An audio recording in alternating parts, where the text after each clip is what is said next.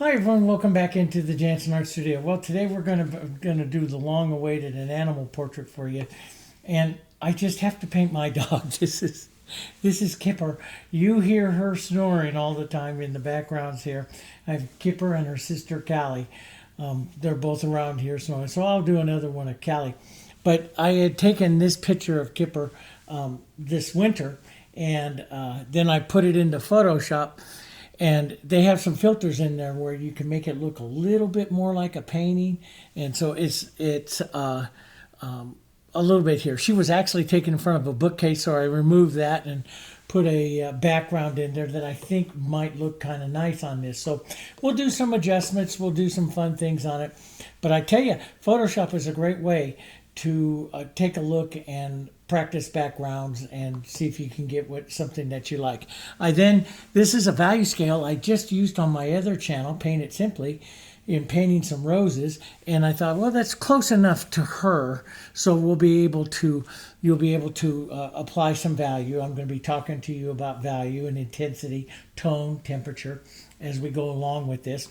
And then I've sketched her up here onto this is a cradle board. So it's a wood panel that is surrounded with wood, so it keeps it absolutely flat. I've prepped it with three coats this time of canvas prep medium, sanding with 180 grit sandpaper. This gives me a really beautiful surface to paint on, which I love to paint with the Heritage. And it will allow me to do all the detail work in and around her eyes that I really want to do. Okay, so we'll have some fun with it. This will be a longer video. I'm going to do a lot of talking, and I'm going to do a lot of teaching for you. And I'm going to assume you know nothing about animal portrait painting, even though I've done a lot of them here on the channel. And so I'm going to help you with that. Okay, so this is a 16-inch this way, 20-inch this way. This is the palette that I just used this morning. It's now later in the afternoon.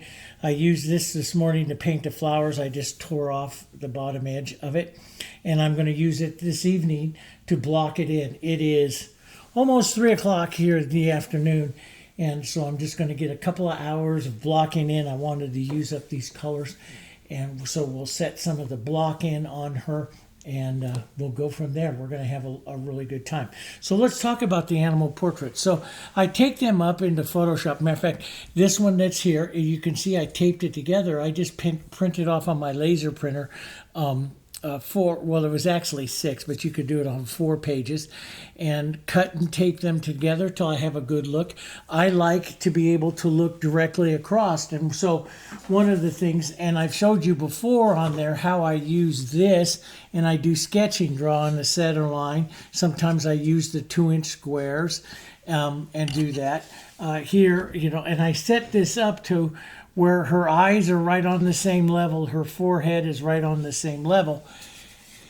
And so I want to be able to look right directly across. When you're painting a portrait or something where you got to not only, you try to capture the essence of the animal or the person, and you can capture the likeness, the image. That's not too hard, but she is such a beautiful, and she's always got this kind of little worried look in her eyes, and I want to capture all of that. So I'm going to bring this, I'm going to be looking only through here, into those areas when we develop her.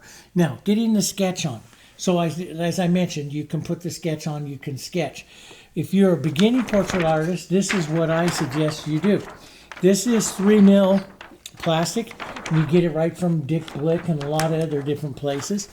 And I just lay it over the image, and I take the major points of it, and I don't have it out in front. Yes, I do, right here.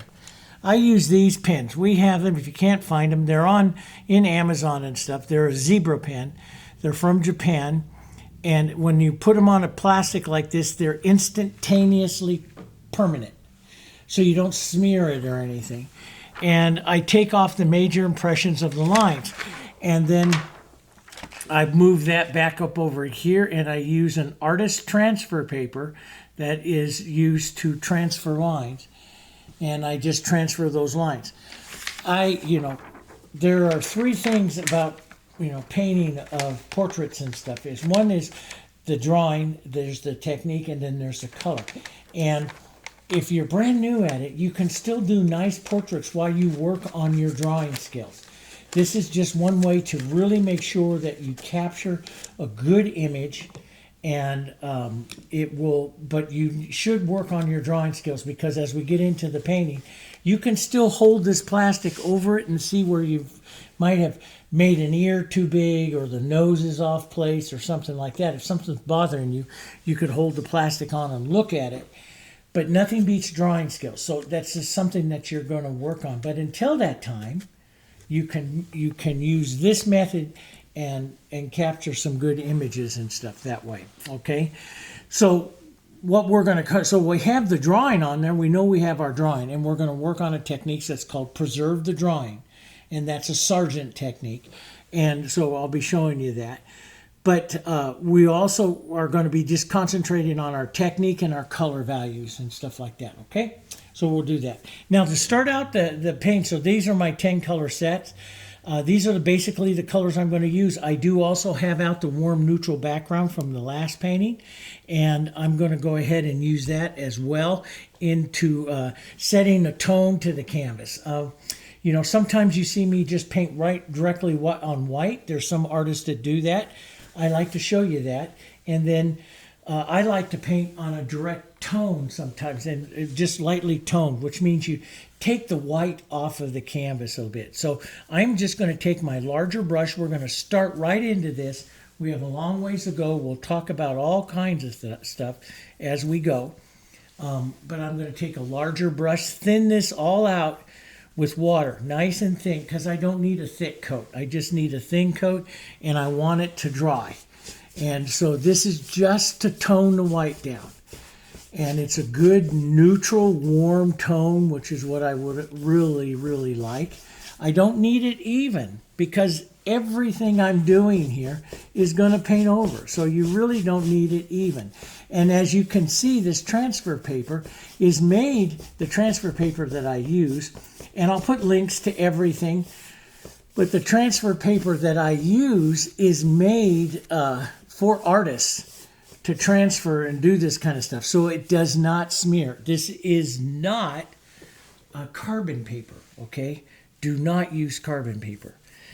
This does not smear under your, here I'm using right with water, which would smear a lot of things, and it doesn't. So I give as even a coat as possible, but some portraits that you see me do, some animal portraits and stuff, you see I do very casual backgrounds.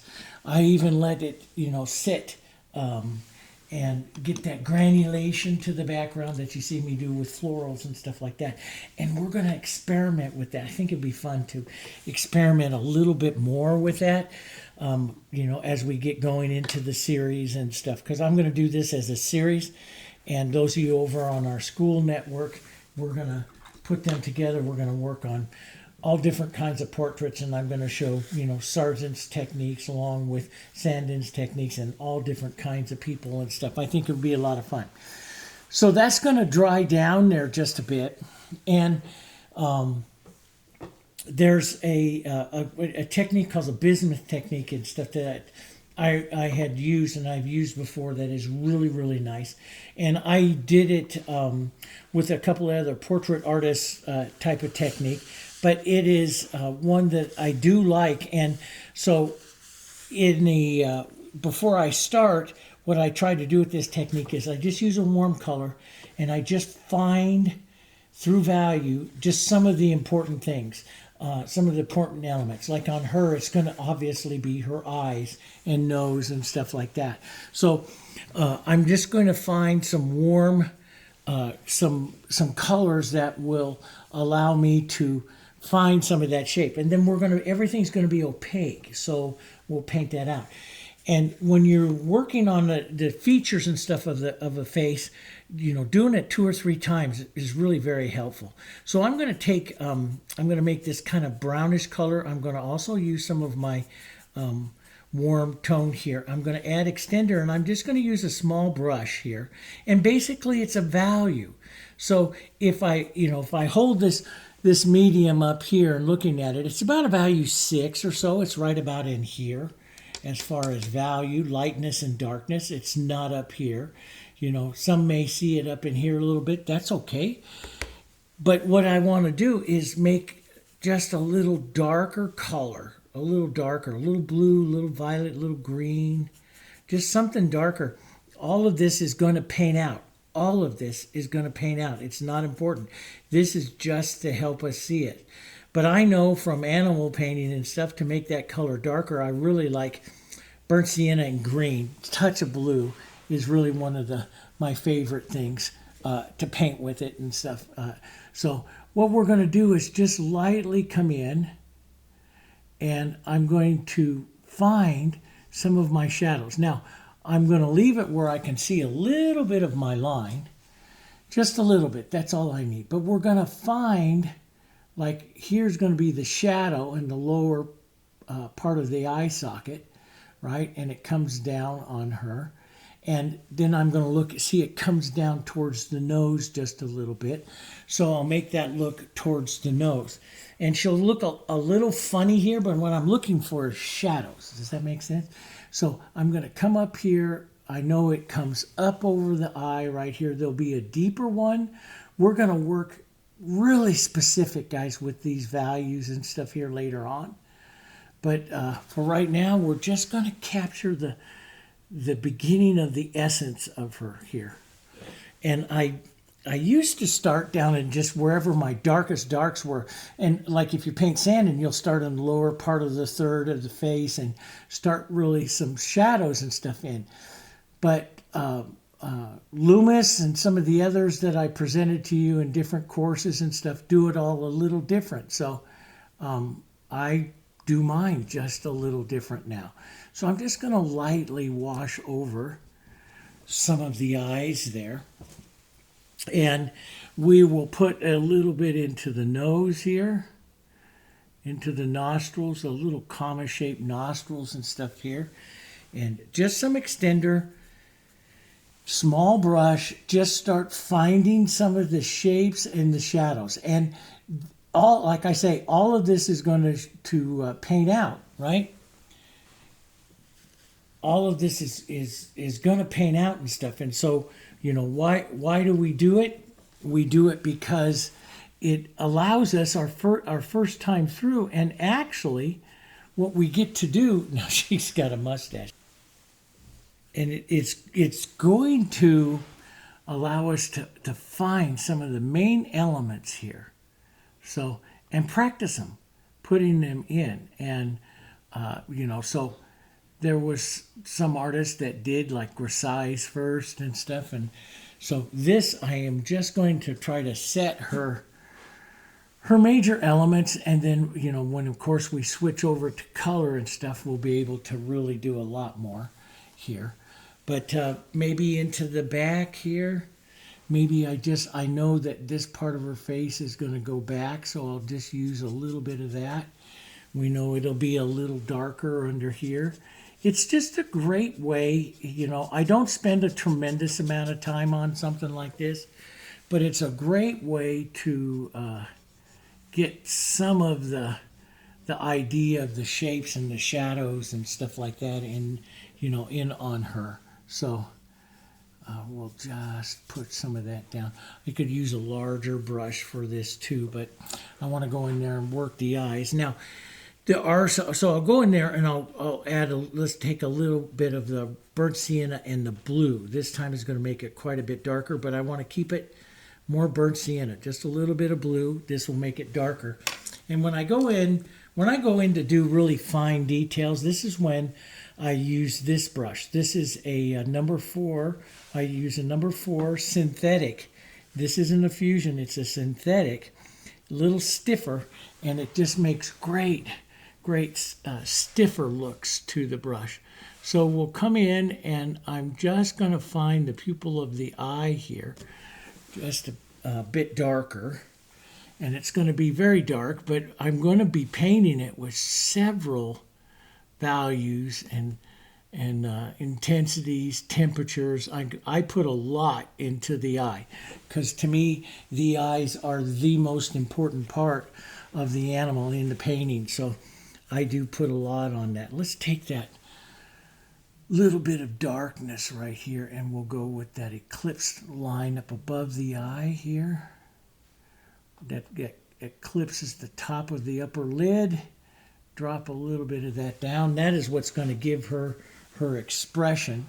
But you can see here, you know, by doing this, finding these things, finding these lines, that we're going to be able to first just kind of practice her a little bit. And so we'll take some of that dark down that line here. We'll take some of that dark. This is the where the ear is contacting the head, the forehead there. And we're going to have some dark right down in where that nose is going to, this is the shadow side. So a little bit of the nose there. Some of the nose, bottom of the nose here. The fulcrum here of the nose. And down her mouth here. It's going to get lighter up on that other side there, but we can put a little bit of this in, see? Just to find and see if we have if we're in the ballpark of capturing her shape. Does that make sense? That's what I look for. So I can take some of this dark here, extender, thin it out, just thin washes of it. You could use water because it's going to dry real fast anyway, but I like how extender makes the paint slide over the surface. So I will add a little bit more. The thicker you make the paint, the darker it will become. You're doing almost like a watercolor type of technique here. Thinning it out here.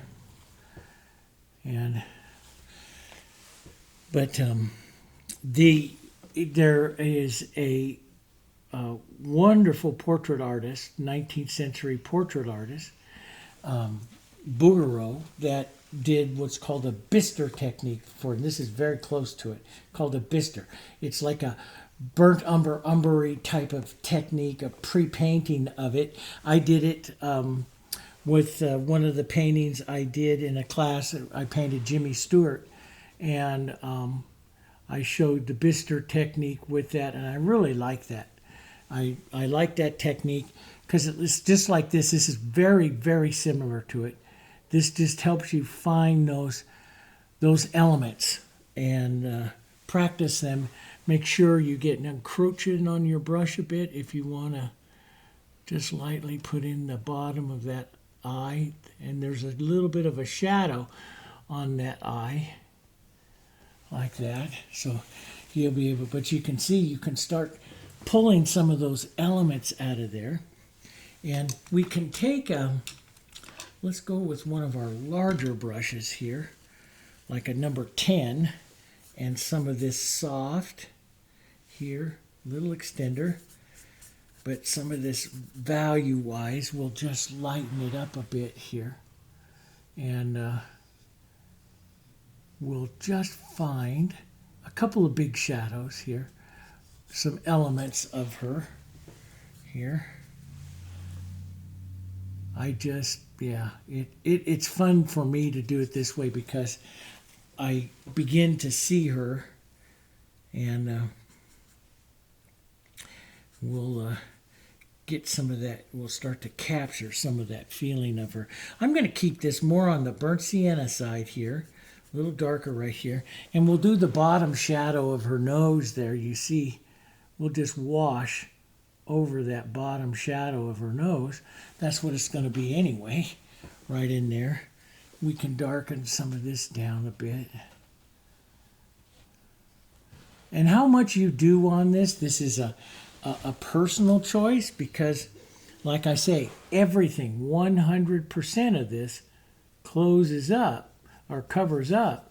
So it's up to you, you know, how much you're going to do, how much you need to do to see your subject, right? But it's a great little way just to help see the subject here. just start to pop the subject off the surface here. And here.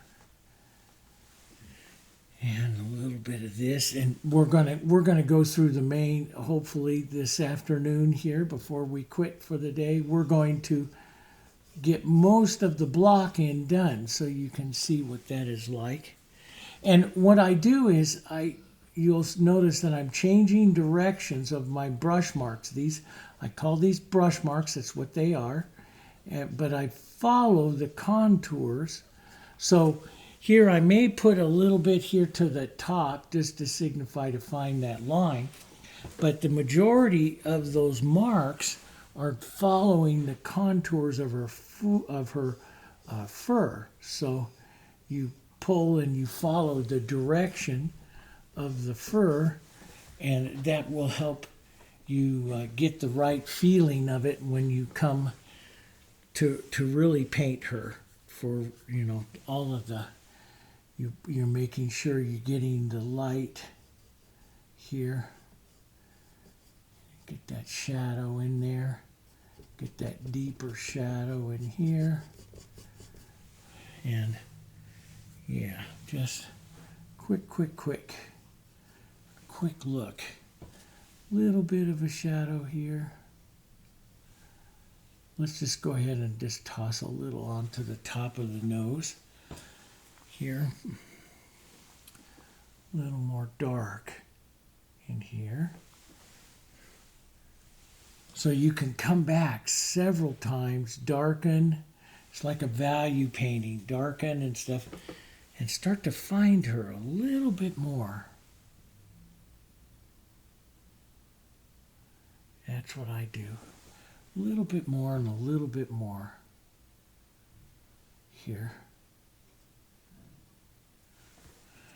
There, okay.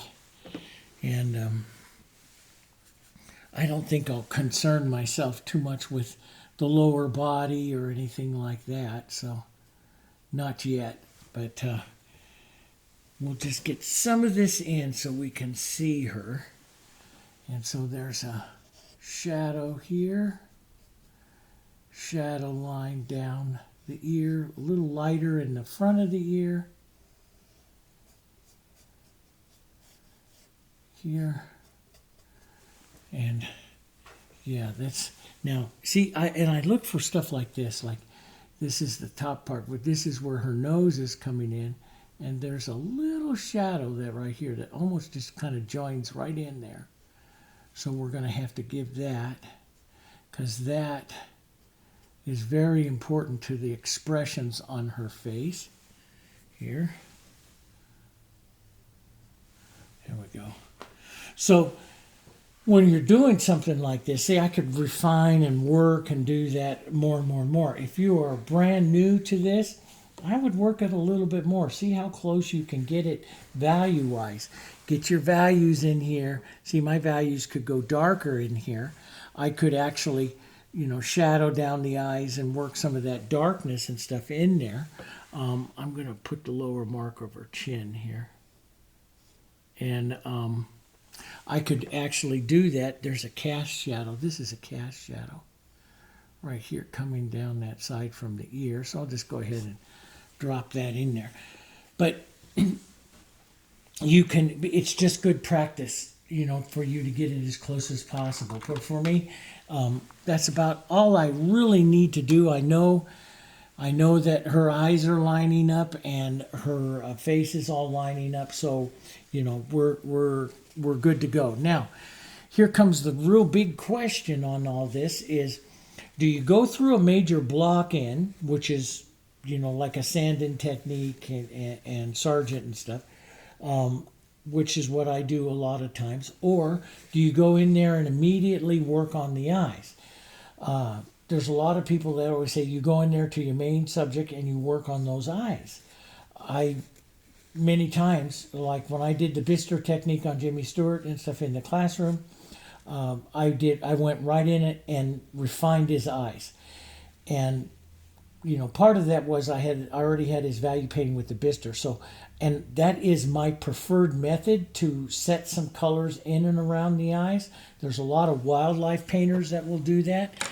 If I'm doing a wildlife landscape, that's different. But this is a portrait. Into that portrait, I like to do that. Now, other wonderful portrait painters like Sandin, who, he is like the best, he doesn't do that. He refines the eyes later on into the painting. After he gets to that, into more of a part of the painting called particularizing. And I'm not going to, we're going to study him and show that, and you can decide what you want to do into yours. What I'm going to do is basically here, I'm going to do it because my blocking color and this color that I have working here are pretty close together. So I might come in just to help my block in a little bit and increase the intensity of a few colors, like maybe some yellows and stuff here. But everything that I'm doing is already pretty close to her, so I don't have to worry too much about it. So I'm going to take some yellow oxide, right, and tone it down with a little bit of my browns and that. But it's going to be, I just want to yellow it up a bit more into a, and I want it right in there to that value that's right in there. And I'll put some of the yellow warmer colors that I see into the painting here. Not perfect, it doesn't have to be perfect, but I'm just, because I don't need it to be perfect, I'm just going to warm up some of the areas that I see. We could add a touch of the burnt sienna here to it, real thin. This is, I'm just thin blocking in, and we could block in some of these areas. The reason to block in is to get the colors, the tone of your subject a little closer to what it's going to look like. So you can start more refining and stuff of what it is you're going to do. It's all going to change. It's all going to change. So I'm just going to work a little bit of this. Let's just push some of this down. This will give me kind of a good working idea here. Light and dark shadows, a little bit of the tone is coming in here better. It's not, I'm not trying to be perfect. Let's follow that contours because those are quite different. It's just close. That's what I say is, I love working in on the eyes, but I like to get some of my other things a little closer. Does that make sense? As far as tone-wise. And then I feel I can work on the eyes like I want to. But do you do it or not? That's up to you. So I'm going to put a little bit of my medium warm, which is a great color for her, right in here. And just take away, just put in a little bit of paint into her. This is just to get her a little closer. And then we'll go in and work on the eyes, set some of those structures and stuff. And we'll do that portrait thing. So there are a few areas here that I do really want to kind of capture here first. So I put some of those undertones on. There's, yeah, you could do a little more, but that's close enough. But I'm going to take some white right into here and go up to about a value 9, which is right here. And you see that light? I do like to get some of these lights in where you see, and we'll just soften those in right there. Get some of those lights in because those lights help certain parts of the face advance.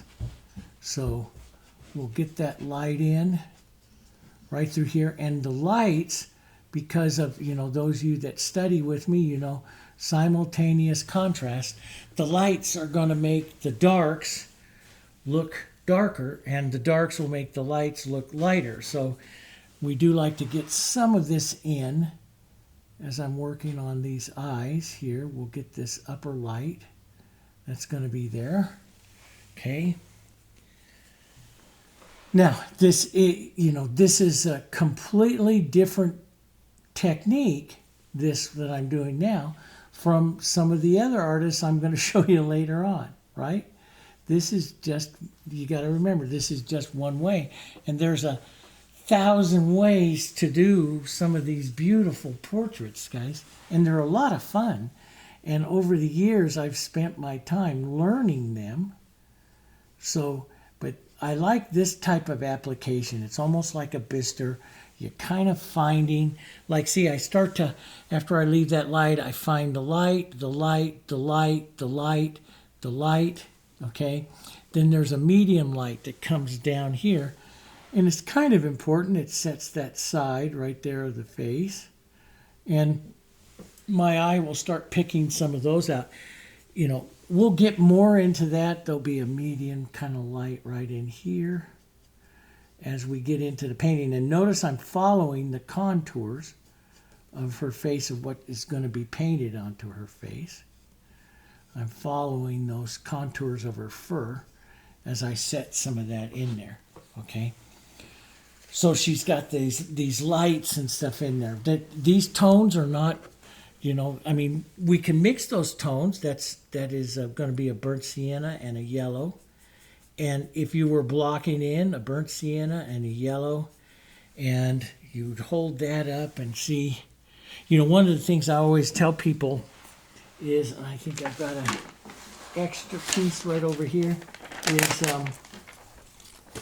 you take a piece of paper, right, and you put your mix on, and you, so this is burnt sienna, yellow, and white, and you can see right there, that's pretty much the color, but it's a little darker, and acrylics dry about one value darker, so I need it just a little bit lighter, and that's that tone that's going to go right there, right into that particular area. And so you can see my light is still maybe not quite light enough, but you know, so with a full block in, that's what I do, is I come around and I identify some of those tones and take her a little bit closer to where she is, you know, in the painting, and finding those colors. Let's go a little more burnt sienna and yellow here, just a little bit more right in here, and finding that side shadow right there. So this would be the block end. So you go right from the bistre to the block end, which is, and you're taking it closer to the tone. Does that make sense? Closer, not exact. When you're building a portrait like this, you don't try, you can make the tone, but you realize you got to give yourself some variation, some leeway. And we're going to do that as we refine the painting. You're going to hear me say we're into the particularizing stage of the painting, and that's when we're going to work our eyes focus down on more details. Right now we're still kind of incorporating the bigger picture. I'm going to gray this down just a bit, because you'll see a difference in the grayness and the warmth right in between there. And you know, in all honesty,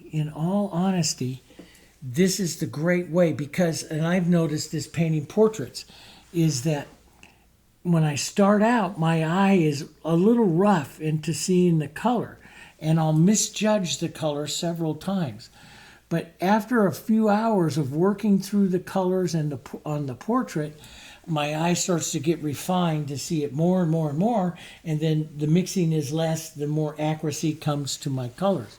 So there's a part of the process of mixing like this that is getting your eye ready for the portrait itself, you know, to see all of the colors and stuff that you're going to use into the portrait, right?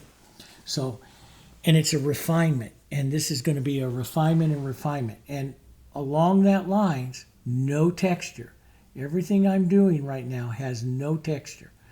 We're just blocking in, no texture whatsoever. A little bit of lighter value right in there. And you just come close to it. You don't have to be perfect. You just come close to it.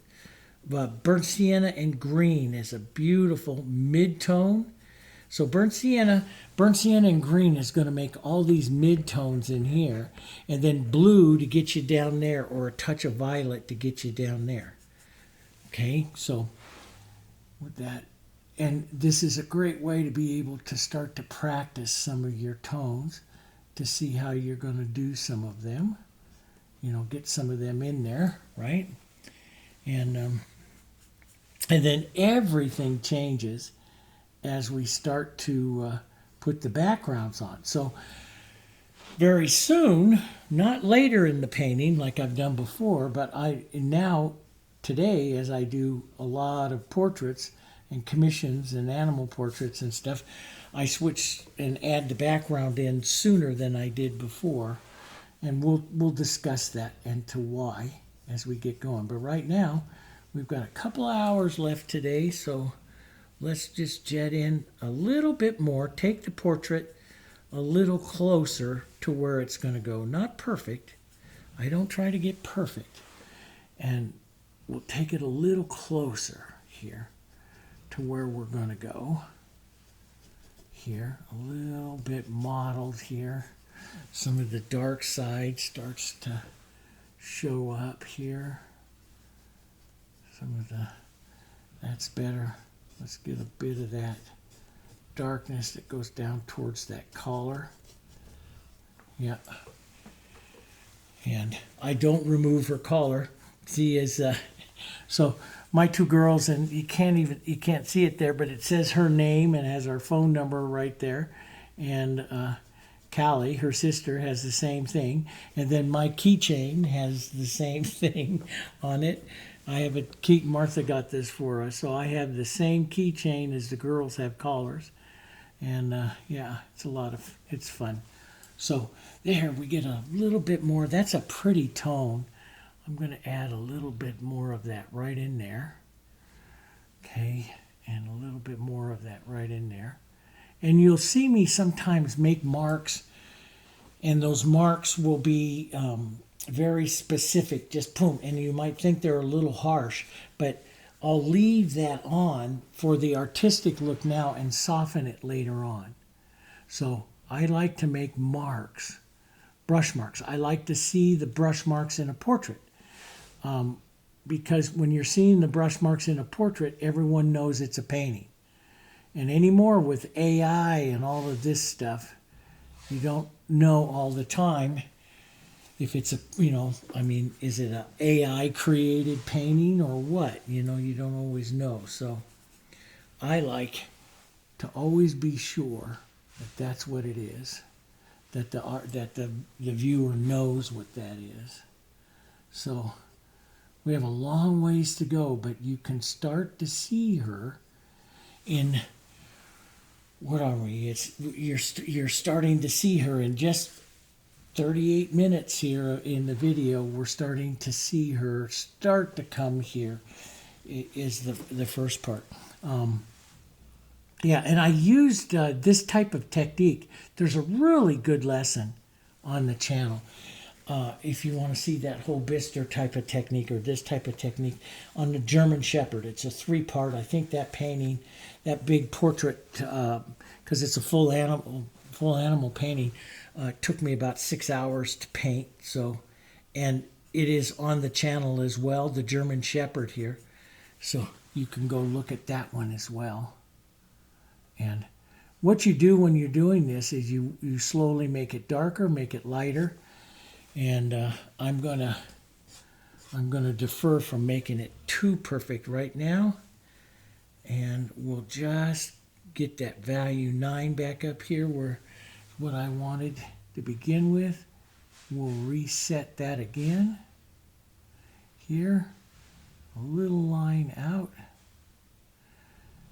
right there, and we'll take that value 9 right in here mostly, and then it diminishes here. So when I diminish it with my brush, I just lift the pressure with this fusion and just tap a little bit. Lift the pressure. So right here, I want that mark. I want that mark right there. And so I want that mark, and then I just lift the pressure to diffuse the stroke after that. And in here, but when we're doing this light like this is going to come on here like this 5 or 6 times up and around this face. We're going to paint her in there 5 or 6 times as we refine it. We have lots of refining of all those values. It's going to be a lot of fun, but it'll be done a lot. We'll take some of these soft, gentle values here and work some of these other little, what we call half tones. So a half tone is a tone that sits halfway between, you know, your light and your dark. And then you have, so in other words, if I have a 7 and I have a 4, somewhere right in here would be the half tone. Or if I go here, an 8 and a 4 and a 6 would be a half tone. And then the 7 and the 5 we would call transitional half tones. So those are a tone that transitions between the half tone. So the half tone is halfway between the light and the dark. So here's your dark, your light. That would be like a half tone. This would be halfway between that dark and that half tone and that light. That would be a transitional light. This dark over here would be a transitional dark. Does that make sense? So that's how a lot of artists will talk about creating and using value. And I do that in there. It helps you. So if I say, you know, you've got a beautiful shadow there, you got a beautiful light, but, you know, you need a half tone in there to soften it up. You look at your lightest color, your darkest color, make one right in between. That's all you do. All right. Let's come back down. Let's work on the eyes a little bit more. The eyes on her are something I'm going to work on throughout the entire painting. So I'm not going to put in maximum contrast. I'm going to head one more value towards it, which means I'm down here like a 2 or so, and I'm going to repaint it. And this is where I use a stick to steady my hand. I want to get that upper eyelid right where it is going across and eclipsing the eye itself. This to me is one of the most important lines of the painting because it sets the feeling of what the animal is doing. So if you make too big an arch right up in here and cut too far down with this, the animal gets really worried. Well, Kipper is always a little bit worried. She always is. She just has this beautiful look to her eyes that she's always a little worried. So if I really, really sharpen that line here, keep a real crisp edge, she really gets worried, and I don't want that. So I blur it out just a little bit. Let's put a little bit of line to the lower part of it, okay? And a little bit of that shadow that you see. This is, you know, more of a half-tone shadow right up in through there, okay? Now I took out too much, but I don't worry about that. I took out too much of that, of the iris of her eye when I did that. So I'm going to put that back. Now, the iris of her eye, usually the yellow labs here have a real glowy little iris, and I like that color to be burnt sienna and Diarylide Yellow. Let's come to a clean spot here. And some animals, I'll start it right out Diarylide Yellow and then wash it down with other colors later on. So I like that glowy little color to go in there first. Here. And we'll just put that into the iris. Right? And so that sets a glow into the eye. We don't want her to look evil, but it does set a nice glow. Then what I do, we use burnt sienna and blue before on that pupil. I'm going to come back in with just some burnt sienna and touch into that. Sometimes I do this, sometimes I don't. Just touch into that. And then we're going to make that darker with some blue. Darker values, the law of disproportionate color. Darker values occupy smaller areas. So as I make this darker, I will occupy a smaller area in her eye. I'll leave a little touch of that burnt sienna. I know it's very difficult to see. And I just put a little bit of mark of paint. Very difficult to see, but I'll leave a little bit of that burnt sienna showing. I do this in a lot of wildlife painting, birds and stuff like that. I do that in those paintings and stuff all the time. Now, a little bit of that dark, that same dark, let's come up here and eclipse right in here in that deeper shadow part of the eye, right in there. This to me is the fun part. It's the analyzing the expression on the animal. Analyzing that expression and seeing if you can capture that expression. Sometimes it takes you a little bit, you know, and if you're brand new at it, it'll take you a little bit, right, to find all of these amazing values and tones in here. A little bit of that dark. A little bit of that dark. Right in there. That just gives her eyes so much life. Here. There we go. And let's take a touch of that. I do believe in working around. So take a touch of that right into her nostril. Right where we see that dark in there. Okay. There we go. And I'll rinse that color out of my brush. Whenever I rinse my brush, I'm an acrylic painter, but whenever I rinse my brush, I always poke it back into a little extender because I don't like to introduce water to my paint unless I want it there for something like putting on this thin background or something like that. I don't like to introduce water exactly into that.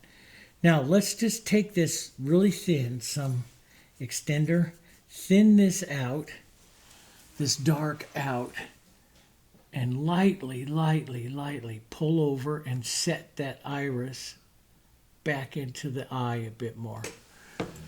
And we'll probably set it one more or two more times here. And it's just a light wash, or what we call a glaze, of that over her eye there. And I can see I need, I've got it a touch misshapen here. So we'll just touch a little heavier there, round that up a bit more. This one's a little more oval. There, I want this out a little further.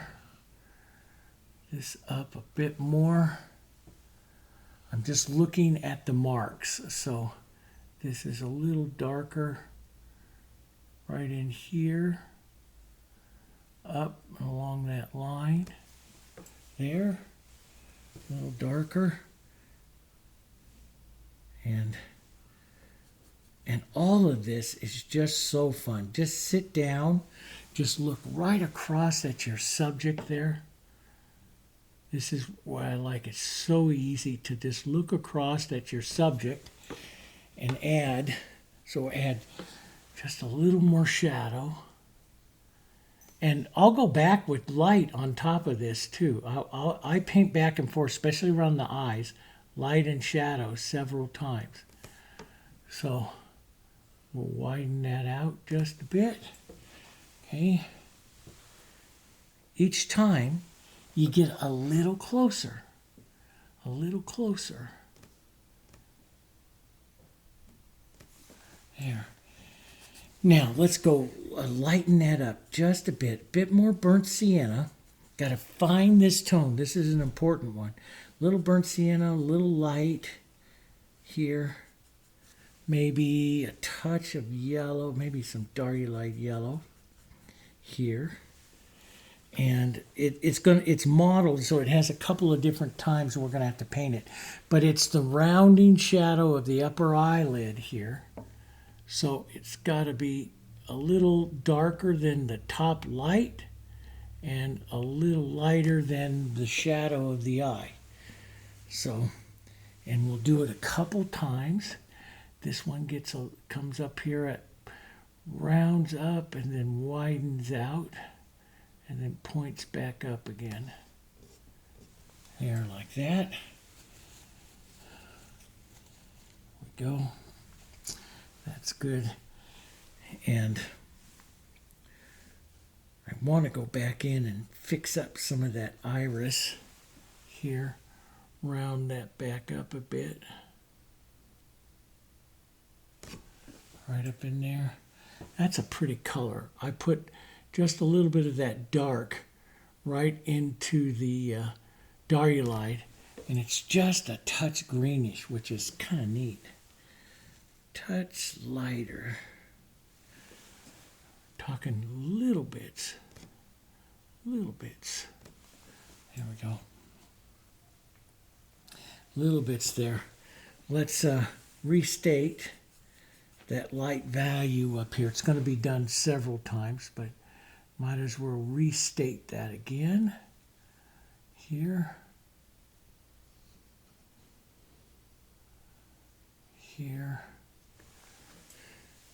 So this is my smaller number 4, and it's a synthetic, which the synthetics are a little bit stiffer, so they have a bit of a spring in them that the fusion brushes don't have, those of you that have those. So I use the synthetics, especially on portraits, especially towards the end of the painting, as I'm going to get very opaque colors and thick colors into the portrait. Okay, so let's take a little bit of that greenish kind of color, which we can get right in there. Right in there. Right up here. So see, it's going to take you a couple of times with these shadows. So see this light, see this dark here. This is a halftone. You'll see it sits right between the two. It's darker than that color, lighter than this color. And I can leave it at little marks to give her the look of, you know, like fur or something like that.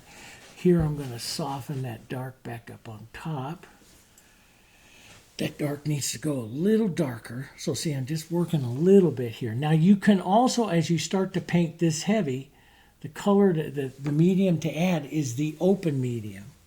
So I could start adding open medium now to everything I do, and it'll be just a wonderful painting for you because it'll stay wet longer. Not tremendous. I don't want to add so much that it's wet till tomorrow.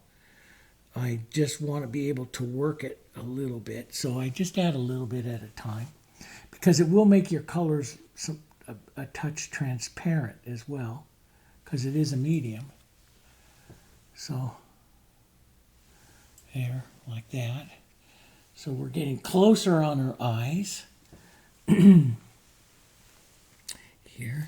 a little bit more, slightly half tone darker.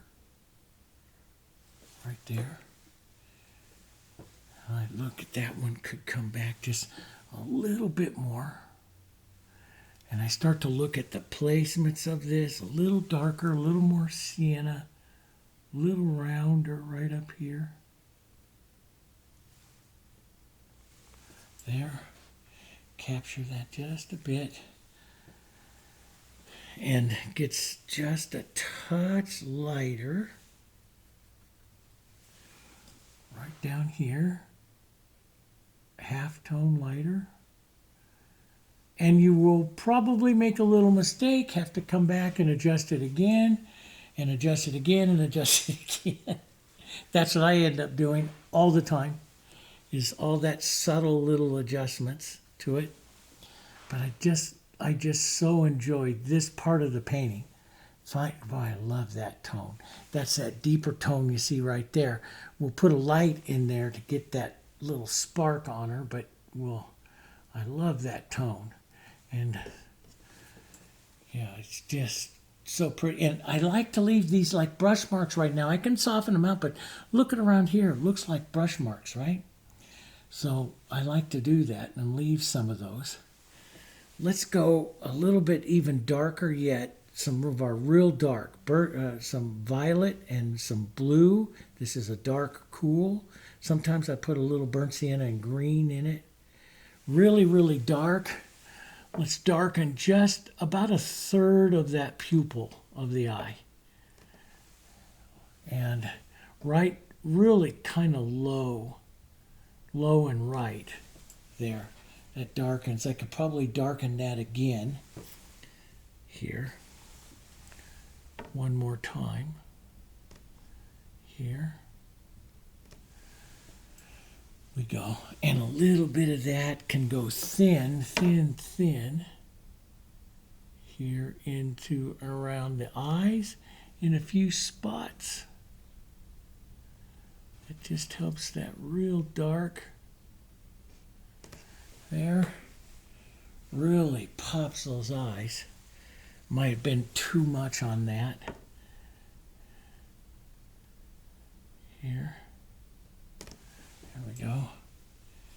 A little bit, but there is, you see it right there coming out of that shadow. This is actually the upper lid shadow on the eye. Those of you that paint a lot of animal portraits know I specifically come back with one of the steps for the upper lid shadow down onto the eye.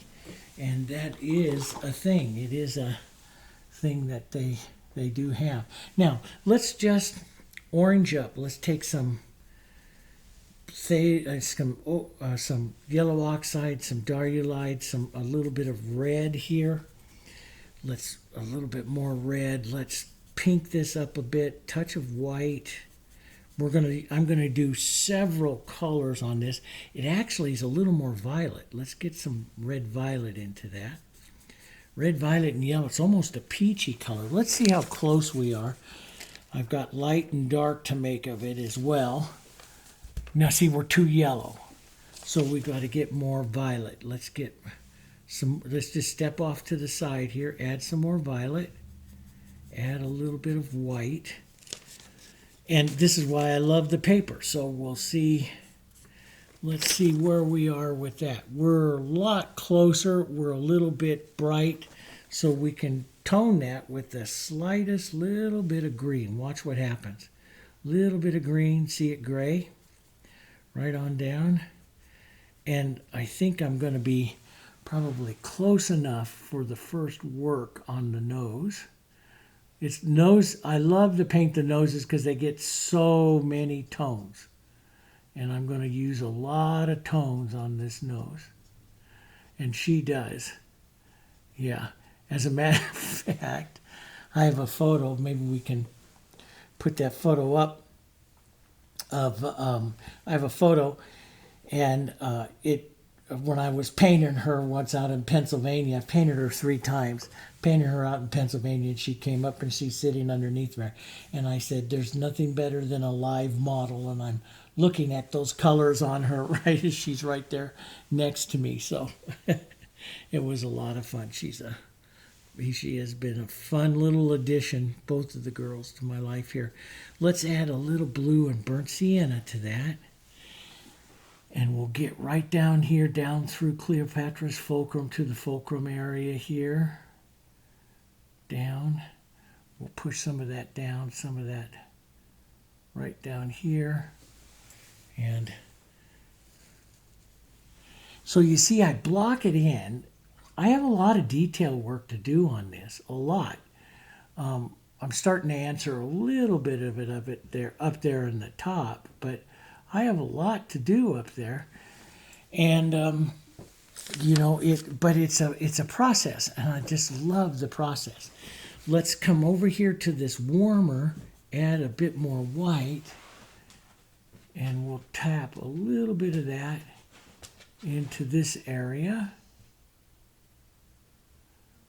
And see what I like to do is I start to get the nose close, and then I'll start refining values. Start with a little bit darker, a little bit lighter. Let's get some of this. You can add a little open medium, get a little bit darker here.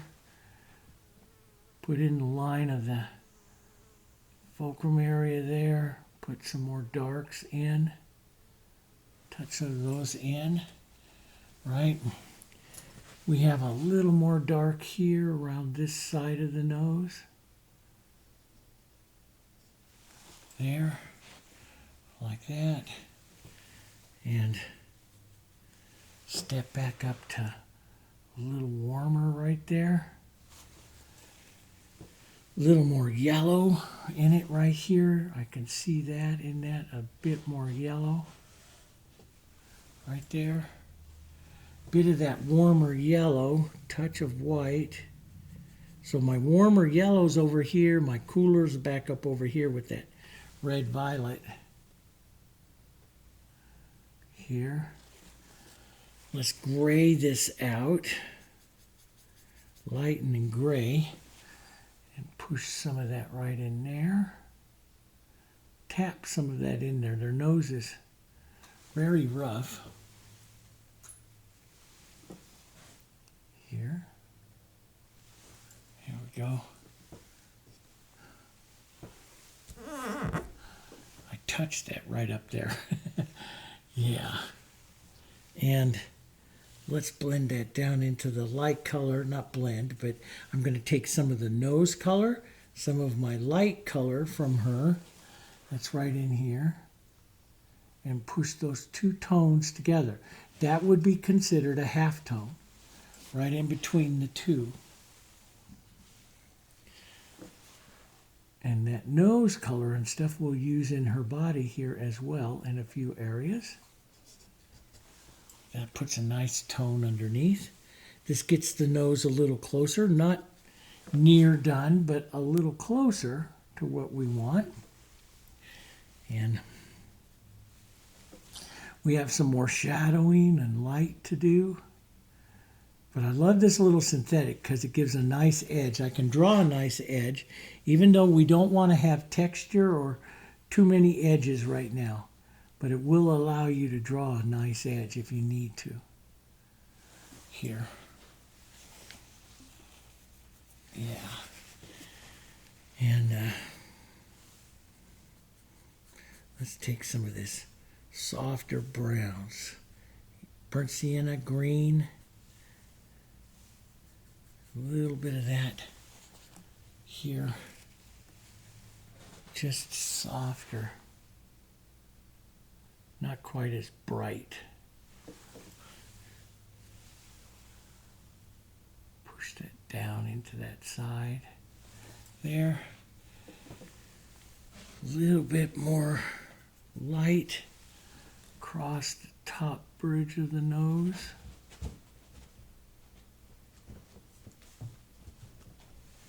There. And yeah. Getting closer, narrowing in on it, and this is what you've got to do. All of these shapes and tones, you got to find them. A little more burnt sienna.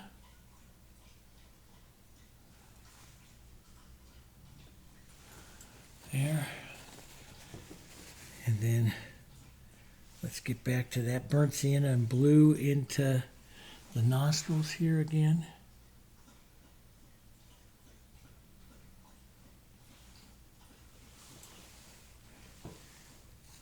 So see, many times I end up painting something out and coming back and redoing it again. And that's okay. I don't worry about that. I do it a lot.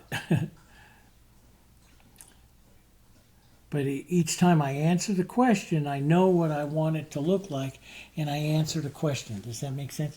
So we get it a little closer. Let's take just a touch of some of those nose colors that we have here and push them right up here by her eye. This is the one thing that I like to do, that, the eyes, and I read that in one portrait color, up and around the eye should carry most of the colors of the composition.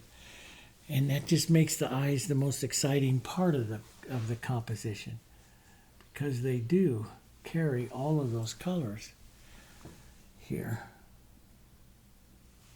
we go.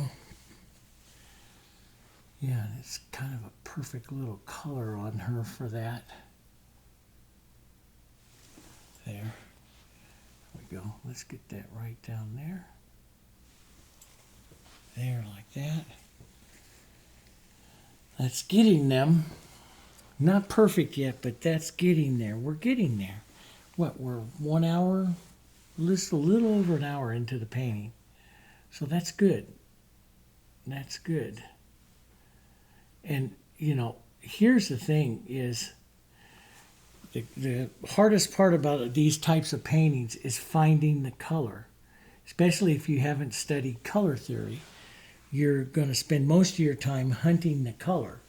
And so, you know, at some point, if you really want to get good, you got to study color theory. You have to know that why green is going to gray burnt sienna, you know, why blue and burnt sienna gray and go darker. You need to know some of that stuff that will help you in your color choices. I can sit here and feed you the colors, but it's your color choices that are going to be very, very important, and that's going to come with time. So, and color theory knowledge here, the knowledge of that theory. So, we'll do that. Put some of these, see, little marks, we call these, the smaller marks that I do, the broken color. Now, broken color would be, you know, if you're in like a reddish area, you make a blue about the same value, and that goes on. So it really is a lot of hue, what we call the hue shifting, the shifting of the color from a red to a green to an orange and stuff. But the values and the intensities are very close to each other. So you're just changing the hue. That is what we consider the broken color. So I'll be doing some various broken color techniques too on her to get some of those subtle little changes and stuff here. There we go. And that is just a beautiful little brush for doing some of that detail work. But when it comes up into the body and stuff, I like to go back to a slightly bigger brush. And if I'm working in shadows, I really like the extender into it. So we'll work a little more shadow here. Softer little shadow there. And I know it's not dark enough, but I'm going to get there. So I don't believe in just jumping right to it. I work towards it. And I'll get some different streaky little values there. Here as I work towards that. There. A little bit here. Anybody can do this. It's just a progression. And through this kind of series that I'm going to paint, I'm going to show you all kinds, and we're going to go into figures and studies that way. But I'm going to show you some of the artists that I've studied over the last 20 years to get some of the different techniques and stuff that are just really fantastic. Let's get a little bit darker here. Here we'll just brush some of that in. Here. Just like that. So we go a little closer there. And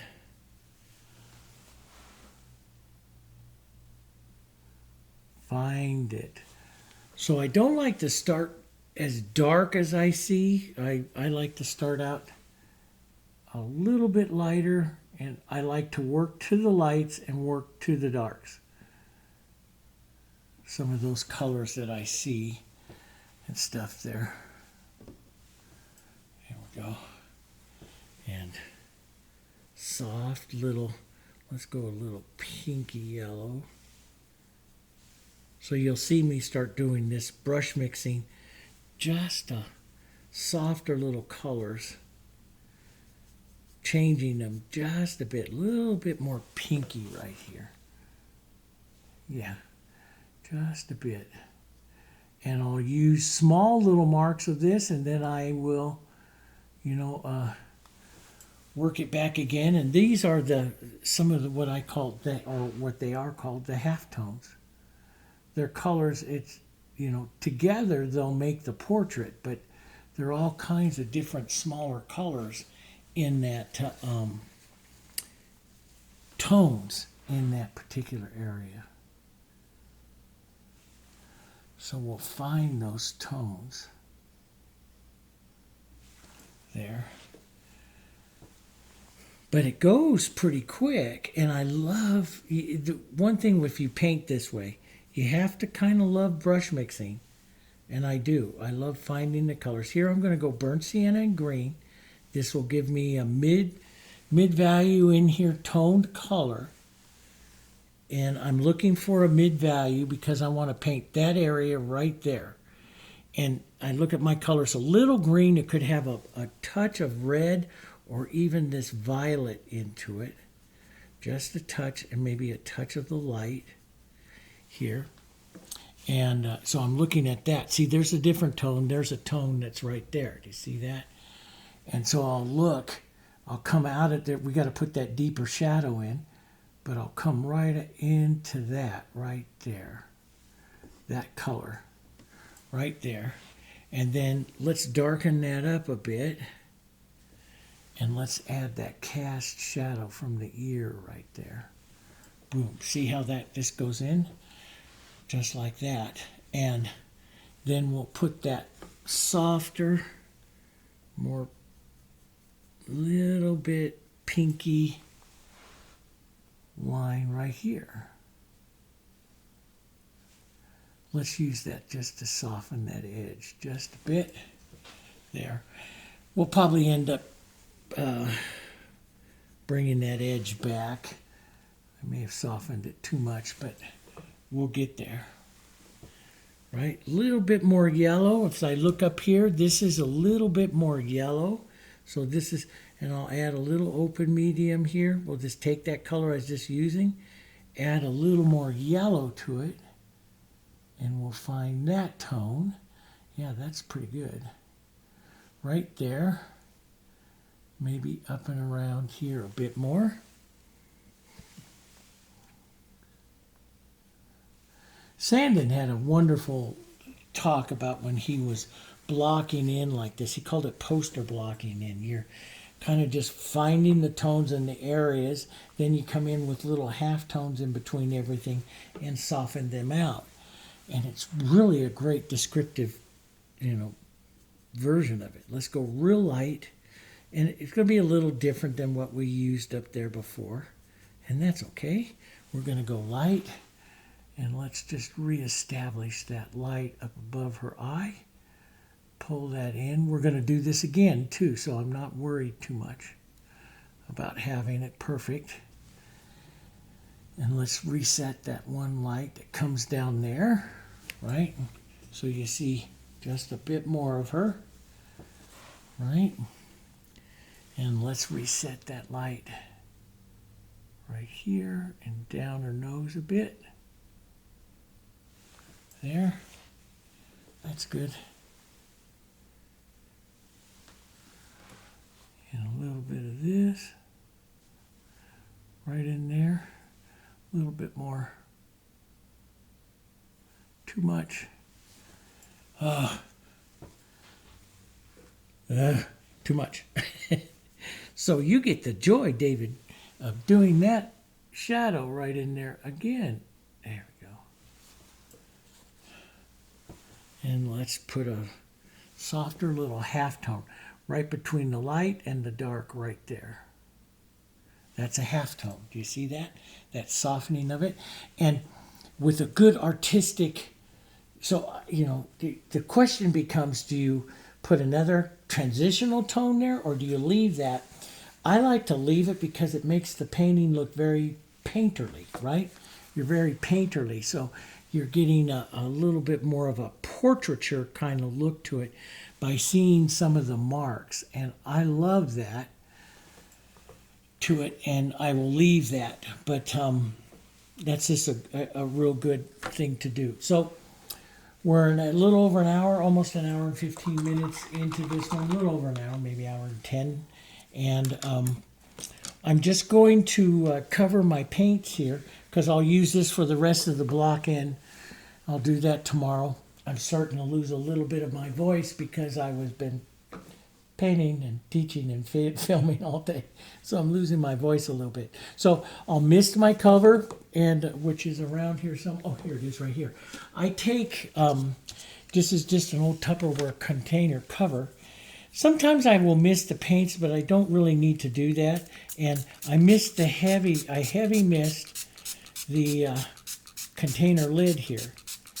And not so that it's dripping, but it's got a good moisture. And this will make a nice effect here. And I set that right over it.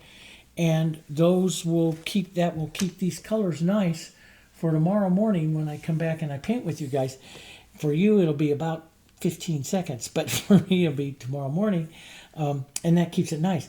And one of the paintings that I showed you, I painted a set of videos for 8 days with the same palette, just doing this. So you can keep your colors for a long, extended period of times. And if they do start to dry up a little bit, that's when you can mist a little water on top. But for the most part, I try to keep water out of it because water is the faster drying of it. And you can always mix in a little extender and that'll keep it and stuff like that. So, but anyway, so this is a good start on her. She's nowhere near there, but we're starting to see Kipper. Okay. And then I'll be back in the morning, or for you, just 15 seconds, and we'll do it again. Okay. See you later. Hi, everyone. Welcome back. Well, it's actually been 2 days. We had just some terrible thunderstorms and stuff come through, so I didn't even crack my palette here at all yesterday. And so let's take a look at it. So here we are. We'll lift this up, and it's been really hot. It was 105, and there's still a little bit of moisture inside of this, but you'll look, all the colors, even after a couple of days, are still very nice. Of course, everything out here is completely dry. That's all you need to do to preserve your paints, is just make sure they stay in a moist environment. You don't need to add water to them. Just make sure they're in a moist environment. Okay, so what I'm going to do is I'm going to and this open medium's fantastic. I'm going to use up some of these colors, and I was looking at this just a few minutes ago. I think what we'll do is we'll come in here because we won't be able to, you can't really, you can see some of the colors and you can see some of this is dried a little darker, and so we'll need to lighten that up. That we know. Building a portrait, whether it be a person or an animal, for me at least, is a journey through the values and tones, cool, warm, bright, and dull, and light colors and dark colors, is building through those tones and slowly answering those questions and getting closer and closer and closer till I capture the image that I want to capture. And but one of the things we have to worry about is simultaneous contrast. So I want to come in here, not take it all the way, but get us a good chunk of the way closer in that background. Then that will cause her to look a lot lighter. Then we can work on some of these other areas. Then we'll come back in, rework and focus on those eyes and get some of that that good area there done. So I am going to do something that you don't see me do too often here, and that is to take my big brush and some extender and put it over the surface. I like to do this. I used to do this all the time. What this does is it soaks in. You can see it changing the colors here. It soaks in. You know how you varnish colors and they just come alive, and that's because the light, the thickness of the varnish amplifies the light, and it makes everything just come alive. Well, so does extender. Does the same thing, but it dries and it'll go back to its flat. But I like it because it takes the look of it to where I was here the other day, almost 2 days ago, painting on it. And so it takes those colors back to where I was. But it also soaks in just a little bit to this matte surface, because we have a matte surface here. And this is going to give me some nice surface to work some of these mottled backgrounds into. That is going to be back behind her. Now, I don't want it to puddle at all, so I'm just going to wipe it lightly with a paper towel.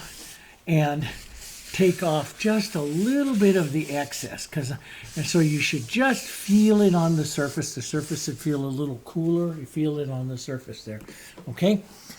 And then I think I will use that for some of the initial basing in here of the colors. And so I'm not going to start as deep. I love some of these burnt siennas in here. Burnt siennas and a little bit of blue. And so I'll come over here where I was adding that, where I had that extender just now, and I'll add some burnt sienna into there. A little bit of blue into that over here just to darken that down a little bit more. And so that'll burnt siennas and then those blues. And like I said, was like some of the florals that we have where we do broken color. So if I take burnt sienna and blue and I mix that together, then later on I'll break burnt sienna by itself and blue apart. And that will give me a nice look. But I want this is going to be a little bright, so let's tone it down with just a little green here. Just a little bit here off to the side. That will gray it, take away the intensity of it. Not very much here, but it will take away a little bit of the intensity. And I'll apply it a little thin. We're going to go darker than this, okay? So, but for right now, we're going to do it in stages. So burnt sienna here, I think what I'll do is I'll use this as a main tone throughout my background, and then we'll adjust it. And I know it looks kind of bright, but we'll get the blues in it in just a minute and really start knocking it down here, okay, and darker. When I do backgrounds like this, it's a step process. I like to work, and you've seen me in animal portraits, I will work it several times. But that's going to give me a real nice warm, and then we'll start cooling it down. So it's real warm and glowy. But see, look back up and like in here and up in here, that's where those warm glowy colors are, even though we're going to take a lot of it out right now.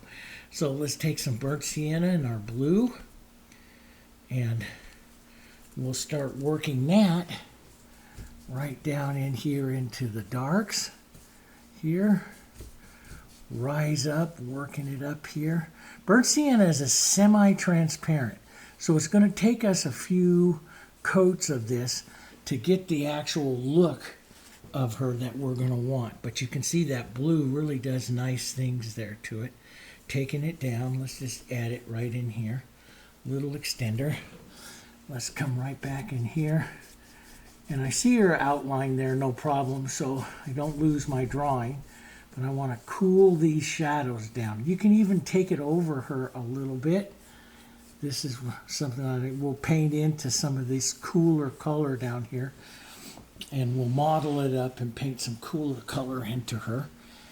There. Let's go more gray. Let's take a little bit of our warm neutral. We'll add that into this. This will gray our colors, especially if we add just a touch more blue into this. This will give us a little bit of some of the gray color here. And like I said, we're going to do this a few times. Once I get this really warm, glowing burnt sienna through there and gray down a bit, we can come back and add some more of the blues and stuff to it here. So, because the burnt sienna is, beautiful, beautiful coloring, and it glows. It just glows so much because it has a lot of intensity to it, even though it's an earth color.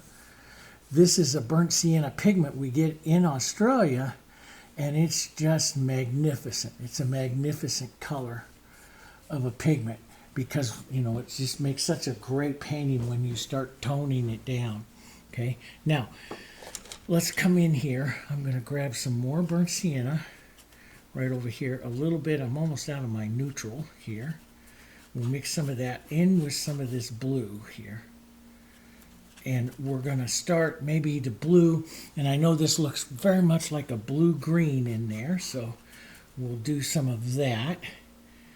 a little bit of just scrape the remaining of this warm neutral. Grab some of this. We don't want to go very light, and I know it looks, you know, pretty light there, but and I need to go more blue, but I want to start this gray because you see that kind of grayish color appearing in some of this, so I want some of that, and that looks pretty good. If you add a little white, the color will go lighter, but it'll stay clearer because white will only tone a little bit. It won't tone as much as that warm neutral. Now, let's grab some of our extender into this, and let's come back into here. It's a beautiful bluish gray, and this will play up against her colors really well. And this is a color I really want to accent more than anything else, this color into her here, because it really will pop her out here towards the end of the painting here. So we'll grab some of this. We'll let this model in here. Put it a little heavier right up here where we see some of that color. That'll help pop her head off and stuff. The rest we'll let soften down into a mottled color here. Down like that. And let's see, this makes in line with that nose there, so this comes back up just a bit right there. Okay. I use the anatomy of the animal sometimes to find it again if I've taken too much out or something like that. So now I'm keeping these. I don't want these colors really bright or anything. I want this modeling to stay really soft. Now you see these marks here like this? That shows that the paint is still a little bit thin, and that happens, and it does happen especially if I put on a coat of extender first. The color slides over the surface. So that's one reason why I use a large soft brush. I just lighten the pressure, and you'll get the mixing and stuff that you want, the modeling of the colors and stuff that you want. And then we will work a little more color. As we work more color, as we push that light of that background back, we won't get those marks as much anymore because we're going to be kind of narrowing in on the colors that we want. Does that make sense? So they appear on your first one really easy, so you just lighten the pressure. Don't get worried about it. Just lighten the pressure, and it will turn around, and we'll be able to get it darker and lighter and all that kind of stuff later on. Now, look at her, how she has lightened up overall from where she was because of the darks that we're putting on here. Let's go over here, and we'll just scrape some of this blue up here, and let's go back. And I think I want to get that richness down there. I still have lots of room to do that, but I don't have that much paint left. So I am going to put out a little more burnt sienna. And I'm going to use this a little thicker so it can stick better, and some blue. And we're going to make a darker, richer color, maybe even a little red violet into it here. A little red violet so it stays really cool here. And I don't want to mix it up too much, but see, so where you see the burnt sienna streaks and stuff like that, that's what I call modeling. That's what I like to do with the colors, is put this modeling on. Let's get that down in through here. Here, down in through here, a little deeper, darker, a little more paint here. Into her just a bit. Let's get some of that right up in here along her, and we'll just lift some of this up. And I want to get some movement back here into this, and some other colors. We'll add those in. So don't do it too many times here. We want to leave some of that movement of color in there. But we're taking it another step. We're going to go another step closer here to her. Because I can't. But the color here is thicker. See, I didn't add anything to it. And see, I don't get those marks anymore. Remember how I got those marks, those little marks and stuff in it? I don't get them as much. You still get a few, but not as much because the color is thicker. Now I'll take a little bit of this up here, up a little higher here. Work your brush in many different angles here. There, like that. Leave some of that mottled background there. Now let's, you know, it's really funny because I'm looking at that big monitor there, and on that monitor it captures and enhances color, and I see a lot of blue in here. On the photo, you don't, on the printed photo, you don't see so much. So I've got to kind of figure out how much I want to see, and I do want to see some in there. I picked up a little bit of that violet there, but we're going to add, I'm going to add some of this blue in there, a little bit of this toned. See how close we can come to that particular color. We know it'll dry down a bit, but this is our first look, right? So we're not going to be perfect with it. I'm going to grab a 2-inch brush and a little bit of extender here. And let's put in just a bit of that color here and work it down into this wet here. And that will be kind of neat, I think. Gets her a little closer to what I'm envisioning here. Of course, I'm going to do this all again, right? We're going to do this all again. So we just take a step towards it. Does that make sense? Step towards it. This is not the perfect background yet. And there's just a little bit up over here. I built this background in Photoshop. I just kind of had some fun doing it. Let's get a little violet here. Love the violet, especially some of this violet because it's in her collar. And I'm going to carry that color into her collar. We'll just work those together again, keeping some of the softness. I'll get rid of some of the, lighten the pressure with this fusion brush and get rid of some of those brush marks, those from the thin paint, so it smooths her out a bit. Okay. Let's add a little bit more of that blue right in there. Okay. Here. Isn't that kind of fun? No, see how that really changes her, and it shows shows just how much more value and stuff that I get to paint into her, because now she looks very light comparatively to everything that we've done. I'm going to rinse out my big brushes here, set them aside for a minute, but because we won't be using that color and stuff there for a while. All right, so now what I'm going to do is I'm going to go down and state. We'll use my 3/4 inch brush. I'm going to state, while I have some of this dark in here and stuff, we're going to go state some of the lower values in her. And matter of fact, let's just take this blue and get some of that out of the way here. We can use it in the burnt sienna and stuff here for a little bit, but and a little yellow.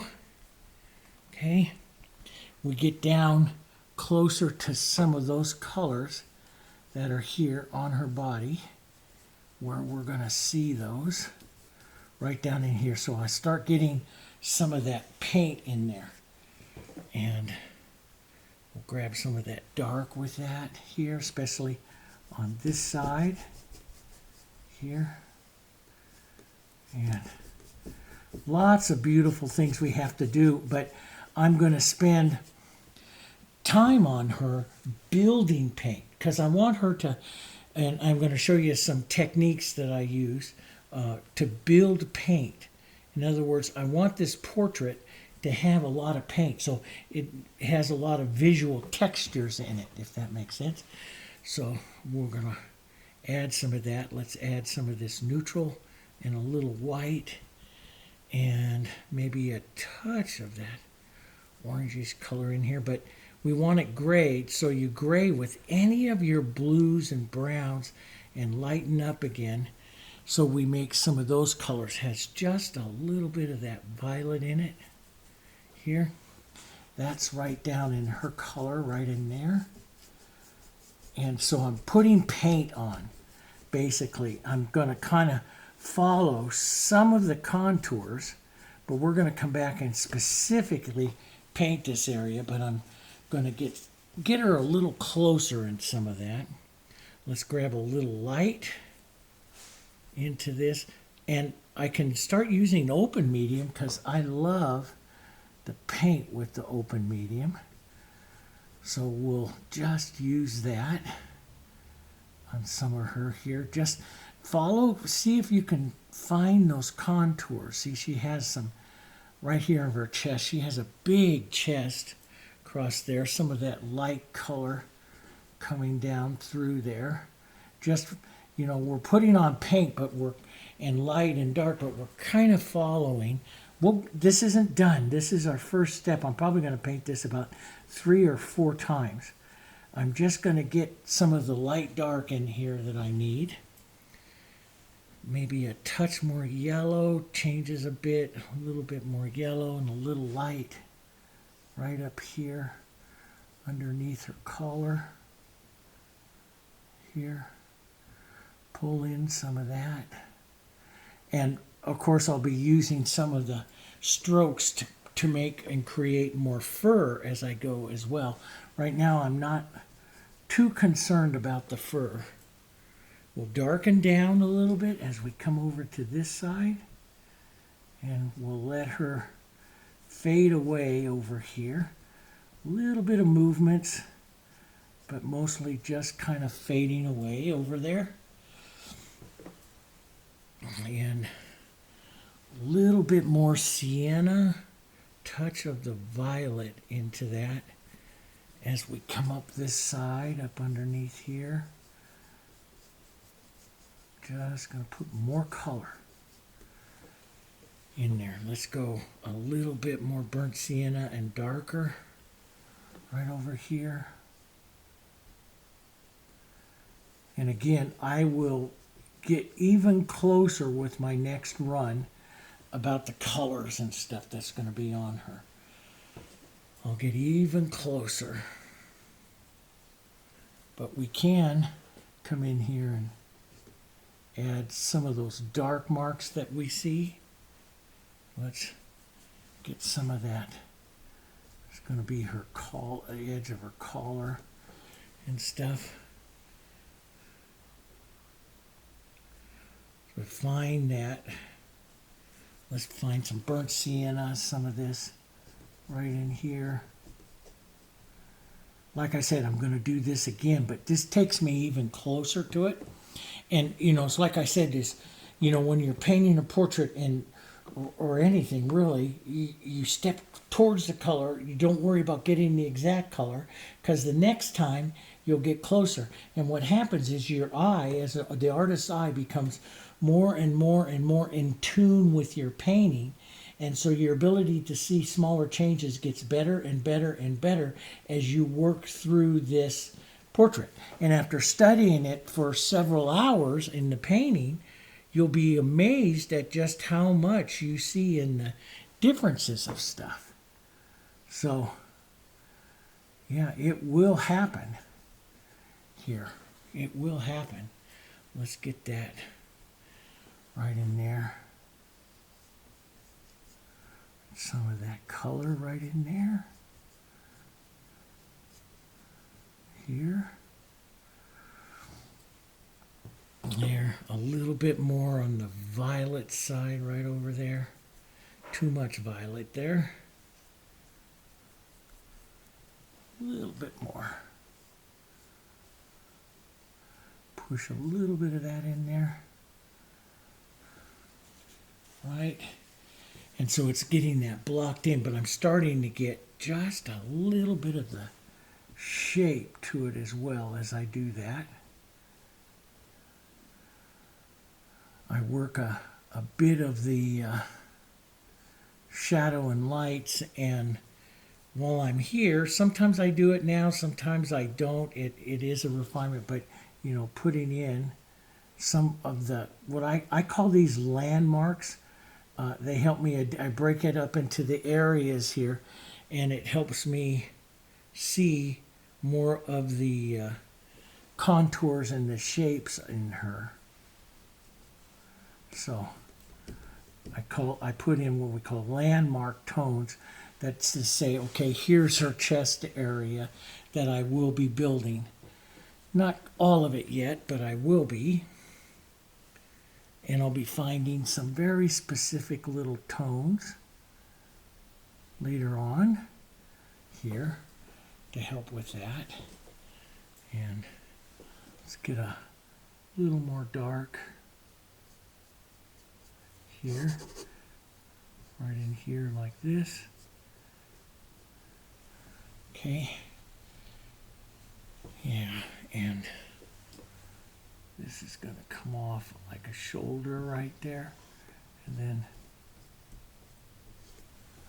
there, off like that. That's going to be pretty good. This neck is a little thick, a little high right here. This shoulder can come down, probably just a bit right down in here. And probably go a little more yellow and light here. Just close, just get it close. It's not perfect. We're not there. We're isolating and getting colors in and stuff that we need. So I'll take a little bit of my dark, some of this gray and blue and stuff here, and let's just back paint down just a bit here. Some of that shape. Work that color in. Let that modeling happen. That's what makes these backgrounds so pretty. I don't think there was, you know, I've looked at all these artists' backgrounds over all the years and fun stuff that they do, and I just don't think there's anybody better than Sandin. I loved all of his backgrounds he put in all of these paintings and stuff. It's just absolutely amazing. Let's get a little warm of that violet kind of color over there, because I see it right in there. It's a beautiful tone. What I did in Photoshop was grab some of her tones and then just grade them a little bit and push them into the background so that she will go with the background. So you'll pick up some of her background tones in there, okay? So anyway, that takes us a little bit closer here to where we want to go. Not perfect, but it takes us a little bit closer to where we want to go. And we're going to now begin to work on getting some more color and refinement into her, finding and narrowing down on the tones and stuff again, putting on more paint so she starts to. Right now, her coloring and stuff is kind of okay, but you can see it's thin compared to the photo. It has no depth to it yet. So we're going to concentrate on putting in some of that depth. And I'm going to take a moment here and kind of clean up my palette a bit as I come into this. I always do it before I go into a refining stage of a painting. I'm just going to use up this a little bit right here. I'm going to transfer this color to a new palette, put out some fresh color as well, and now that I've used a lot of it up. And you can see what starts to happen here as I start to add in more of these colors here, more of her colors, you know, into this area here. And there's, certain things like we need to do is, fix like the point of this ear. And I take that point of that ear is just a little bit above the lower nostril. So I still have that a little high. So I'll be correcting some of these anatomy things. And you also, those of you that made it on clear plastic, you have the clear plastic to lay over and see where you might have come off on something. If something's bothering you, where you might have come off on it, you'll be able to fix that, right? And we'll fix that loop. So there's little things like her ear bends in and down. We'll see that. We'll fix some of that as we get some of that on. But I'm going to clean that up right now, transfer some of this to a fresh paper palette so I can get a fresh area here. So we're going to come in and we're going to do some tonal mixes and start building up some of the main colors of her face, work on her eyes and stuff like that. And I want to have a clean area to do that because we're going to be tone matching those colors, okay? So give me just a minute. I'll do that, and we'll set up and continue on inside of her face, okay? All right, see you in a minute. Okay, welcome back. So I got that. I changed out my palette, transferred some of the colors here. New clean paper here so I can just concentrate on making some of the values. We're going to narrow down some of our look. Now, John Singer Sargent in painting portraits, and I did that for years in studying his technique. Fantastic. He is the father of modern portraiture. He always said use as large a brush as possible any time that you're painting a particular color passage. So when you look at that, you sit there and you say, okay, so I have here a number 4 fusion flat, and I come out through here. That's going to take me a couple of marks to make that. John Singer Sargent would probably go up to a 6 or an 8 and make that mark in one pull of the color. And he felt that, he felt his idea was that whenever you first touch the canvas, this is really important. Whenever you first touch the canvas, that is when you have that mark, that stroke, has the greatest degree of contrast. Every time you touch it afterwards, you're taking away that contrast. And that's why some people feel that they've got light all the way across your object, or that your object starts to look flat, is because you worked so hard in taking so many strokes and eliminated that. Now, I found in animal portraiture, though, in animal portraiture, we got all this fur, and each one of those marks that you take also emulates the movement of fur. So I see both, and so we could come in and paint paint and refine a little bit more with a larger brush, or we could, in some areas, start to use slightly smaller brushes to emulate the fur.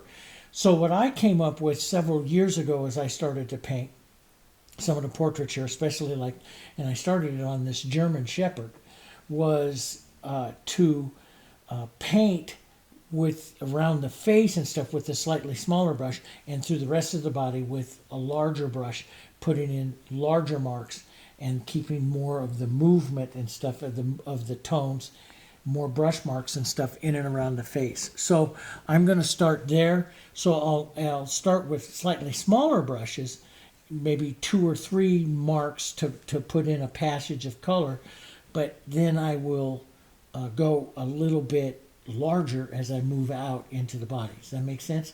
That's where I really like it. So let's restate what we know.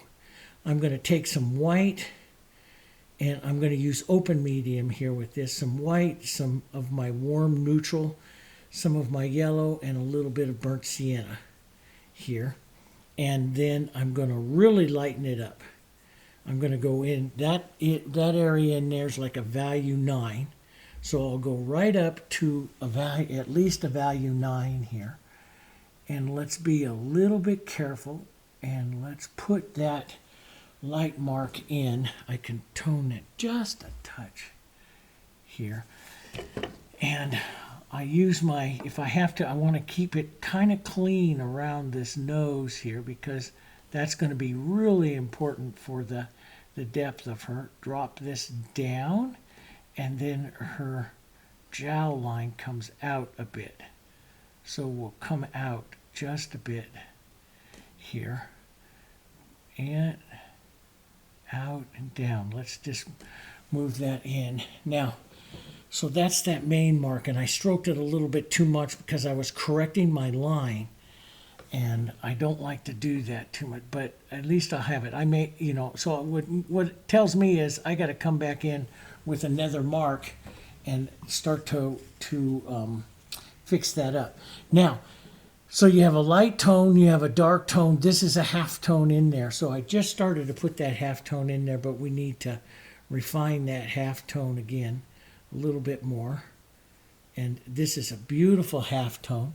Maybe just a touch of our, she goes just a touch to the violet side and a little bit of green to neutralize some of that, the brightness of that orange of the burnt sienna. So we'll come right in here and look and find, you know, when you're finding something like this, and you really want to do a good job, and I want to do a good job on her, really well. And so I will use that paper like I showed you, and I can see right there, see, I'm not really quite enough violet. So I might need just a tiny bit of violet out here as well into that color. And let's lighten it back up again. And so you'll see, can you see the difference here? Let's just hold that up there. See the differences. I'm getting a little closer to that violet, a little bit more. And so I color match a lot. You know, I don't always trust my eye, especially later in the day, and it's getting later in the day today. And there we go. That's got it right there. That's the color. Now it's going to dry a little darker, so we'll give it just a little bump up. And let's just draw that right down in there, and then we'll just soften that. Now, sometimes I soften that with my finger. Sometimes I will take another bit of that darker, slightly different color, but a little bit of some of the other darker color that we see in there, and just run that through a bit. Not so much to blend. I'm looking for a few streaks there to add some of that interest that's there. Now there's just a tiny bit of this appearing on the edge over here of that color, just on the edge there. And so that puts that in a little bit closer to what we have. And let's take just a little bit of that gray.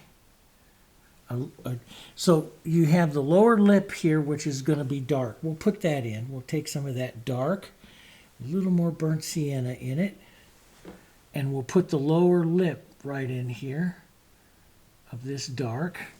And let's get a little more burnt sienna. So I look at that, and then I look, oh, see, it's darker there, a little bit of burnt sienna, maybe a little yellow in there as well, in that lower part of the lip there. And this is where my eye, now that we're starting to really paint her, we've got her all blocked in and stuff and really starting to paint her, this is where my eye is going to start picking out closer tones, color matching, stuff like that. So we'll get some of that darker in there, right in there like that. Let's get that a little more blue. So when I really want to go dark and cool, I go to a bit of the blue in there to really take that nice tonal dark in there as well. And sometimes a little bit of that burnt sienna and a little bit of that violet that I see right in there. So see, now I have a shadow tone and a light tone, and I will come right up here, get close to that, a little bit of this, and mark that and put a half tone in there. That and sometimes touch it and move it around a bit That gets that a little closer to her. And let's get this, let's find, this is kind of a violet-y tone.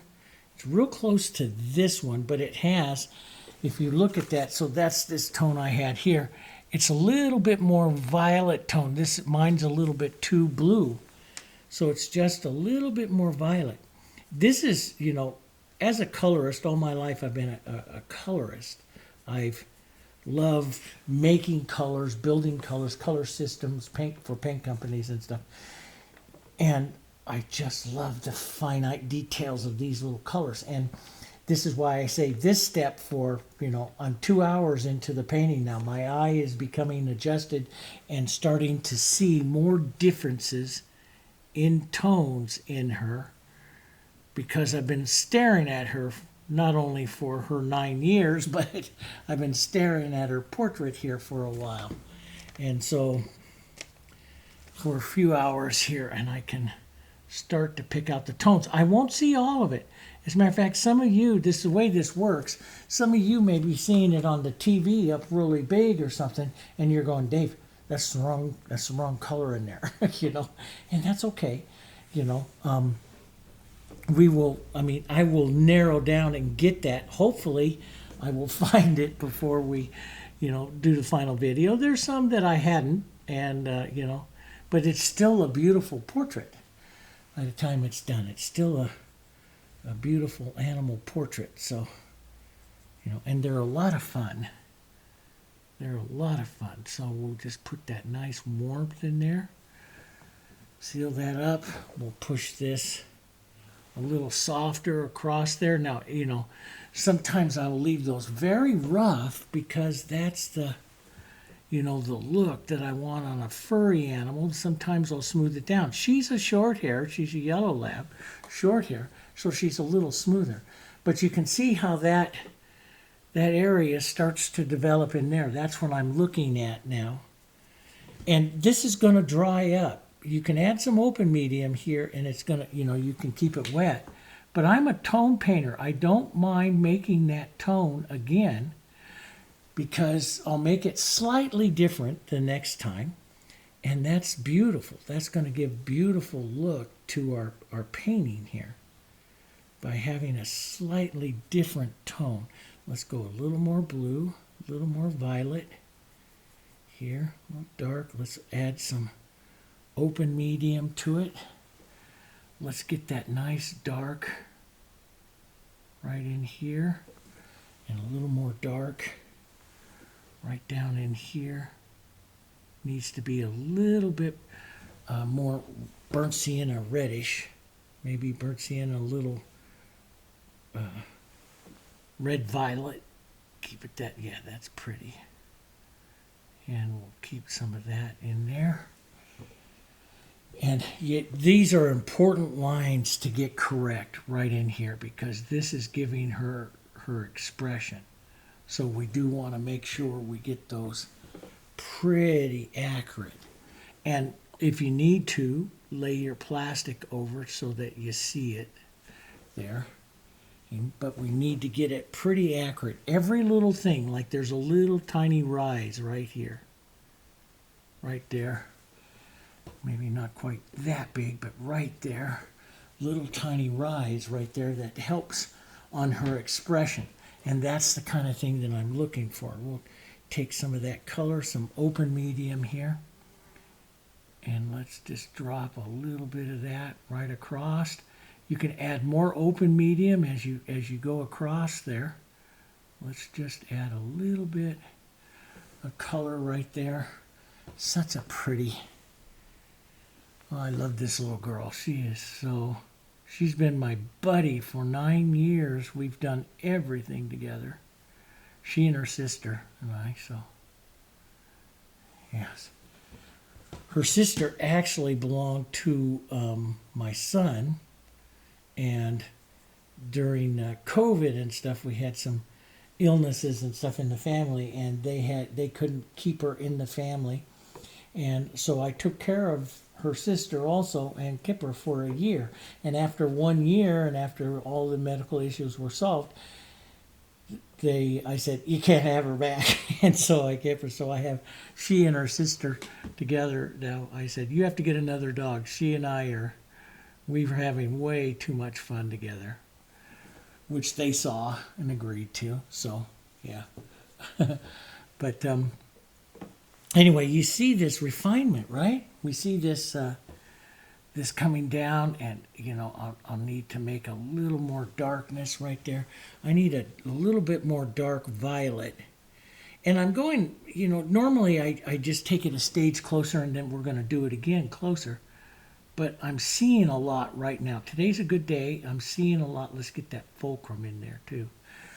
I'm seeing a lot, so I'm just going to refine as I feel good about it and see it and do that. But, sometimes you just refine once and then you're going to end up refining again, which I'll probably do again anyway. But, yeah. So we'll get that in there, and let's see what that looks like here. So now you see the dark coming through there. We do have this middle tone here, which is still a good tone right in here. This little bit violet. A little bit violet. We'll put that in there, and this would be considered a halftone. Halfway between the light and the dark. Do you see that? Okay. And this halftone, let's add some open medium to it. This halftone actually would come out to here. See, it's a little more, I had it a little warm. It's actually a little more violet. I'll leave some of that warmth that I originally had in there. And then let's get some medium and some light. Let's see where this is. Put this on my palette. See where that is. So you can see it's a little more violet. I'm a little yellow. Do you see that? I'm a little yellow. Let me see it. Let me look at the monitor and see if you can see that. Yeah. See on her, hopefully the camera can show that. My color's a little yellow. She's a little violet there. Let's see if we can get that closer. This would make it brighter. This would make it a little darker. Let's try this color into that here. And then we'll add a little, since it's going to darken it, we'll add a little white to counter that darkness there. A little more white here. Let's go here. So we're the last color there. And let's see what that looks like. I have to look up on the monitor so I can see. See, I'm closer. I'm not as yellow, but I could still go a tiny bit more, right? Do you see that? And if you don't see that yet, don't worry, especially you younger artists. If you don't see that yet, don't worry. You will, okay? It's color, the ability to see color like this is a learned technique. So let's just come through here like that and establish that light, right? Now, that's a heavy line, and so how do you soften that? I can lift the pressure of my brush here and soften through it. And soften back up through here. I do like to leave a few brush marks here. As a matter of fact, I am going to disrupt that just a little bit with another tone because it looks a little too smooth for me. But then as I come here, I could drop it down. So leave that there, drop it down a little bit darker right down here so you can see the difference, right? This would be a half tone again heading to that shadow.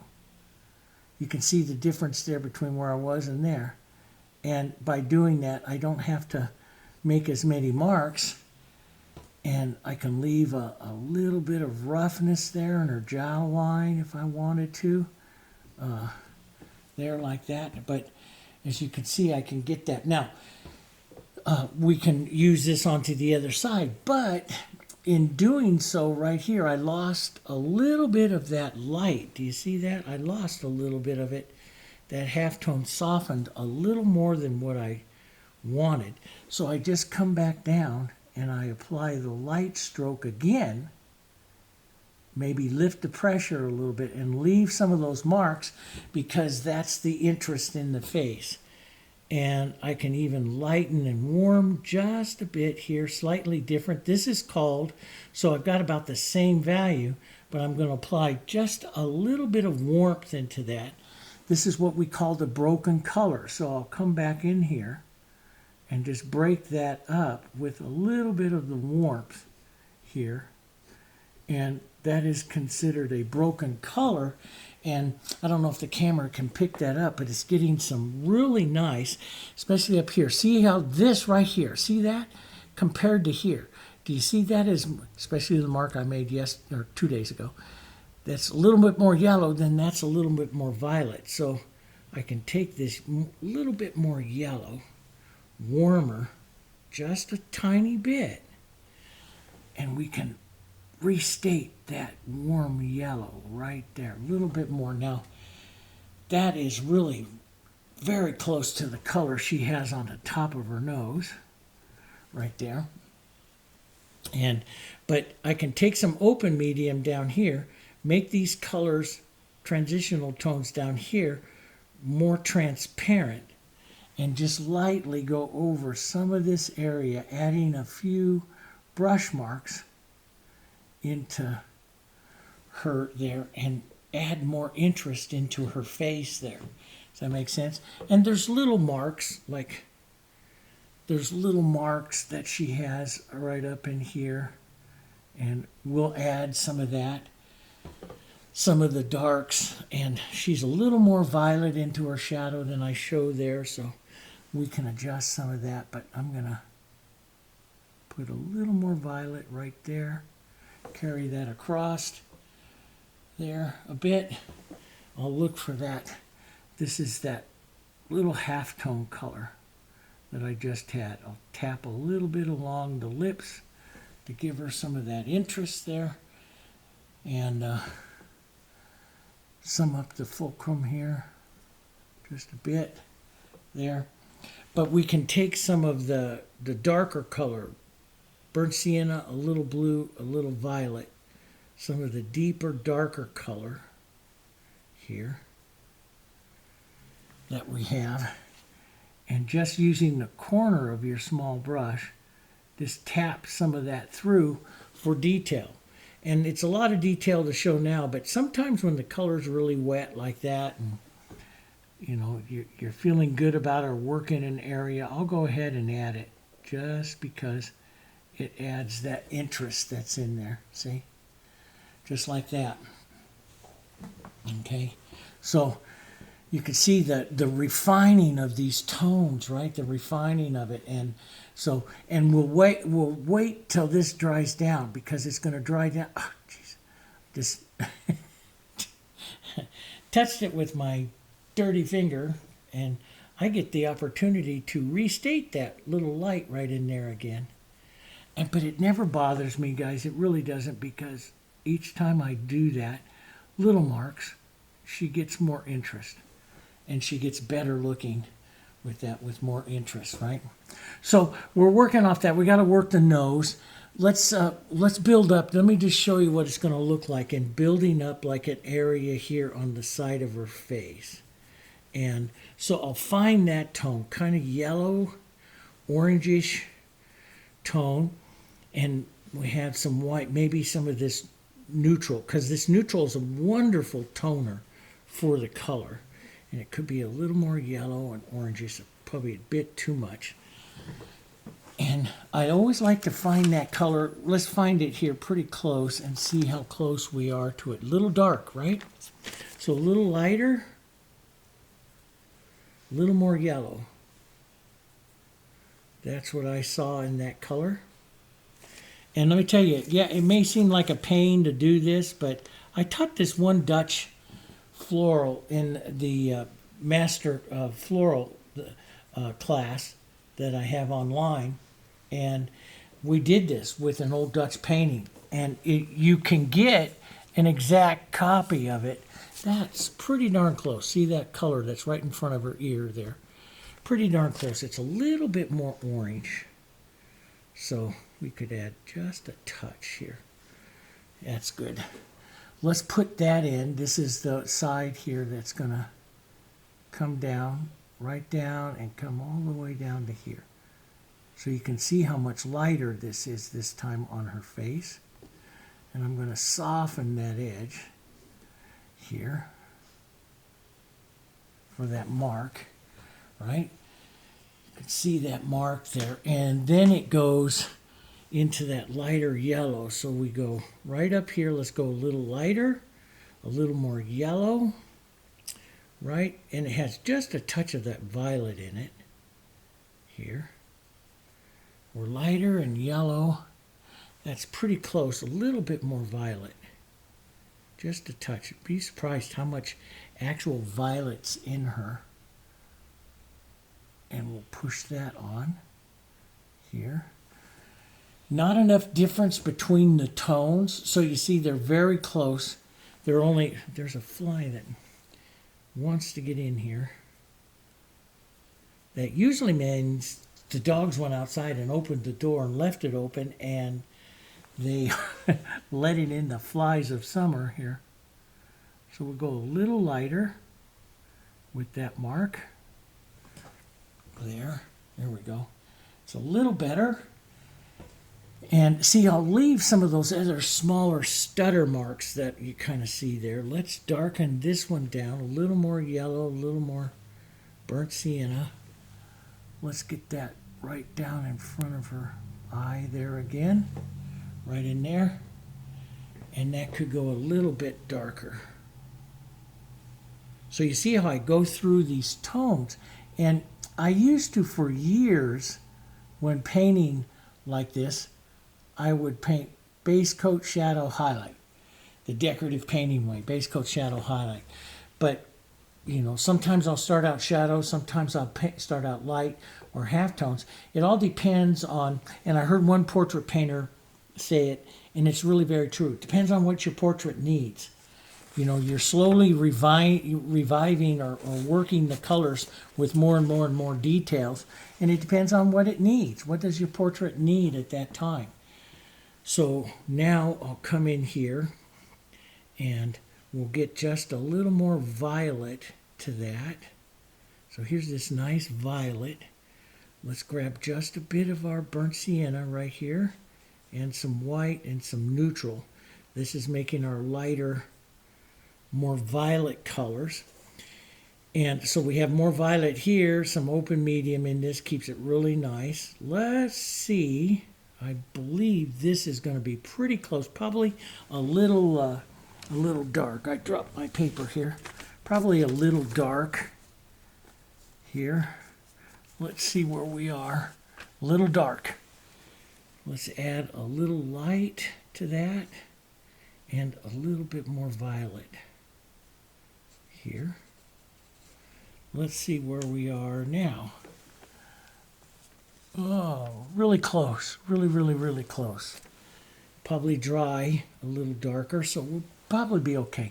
So this is the shadowing back of the lower lid, and it looks, you know, kind of like maybe a little light there, but this will dry down. This has not dried down yet. So that's the hardest thing I think about acrylics. Golly, there's one little guy here. He wants to be part of this painting. So is that this will dry down, right? And we have to make room for that happening here. This is going to take us up closer to the eyes. Get these colors in closer to the eyes. This is going to be nice. Get a little bit of this color here closer, right up here. That little mark right in there. Touch more violet here. That's better. A little bit of the lighter violet right up here, breaking some of that. Here. See more colors going in there.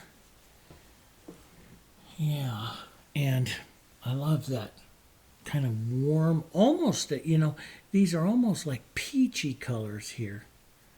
A little violet and yellow,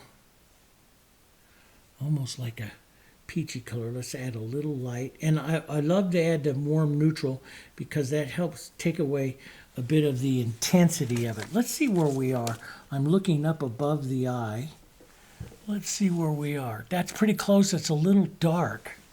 Now, that's something you have to take into account. Do you want to add more interest and stuff into your portrait? And if you want to add more interest, you might put it on there. It's going to dry darker. It looks about the same value there, but it's going to dry darker. You know it's going to dry darker, so you go ahead and let that happen right now. Let's grab a little neutral and white, touch of yellow, slightly warmer. This is our value 9 that we're using into the face here. Let's put that lighter, warmer mark up above there again. Here. Soften that down, a little more dirty color into it. This would be broken color to take that a little softer. Right there. It's got to have for her expression, it's got to have a little more rounding to it. Right there. So you see me looking at not only the mark, the shape of the mark, the value of the mark, the tone of the mark. You see me looking,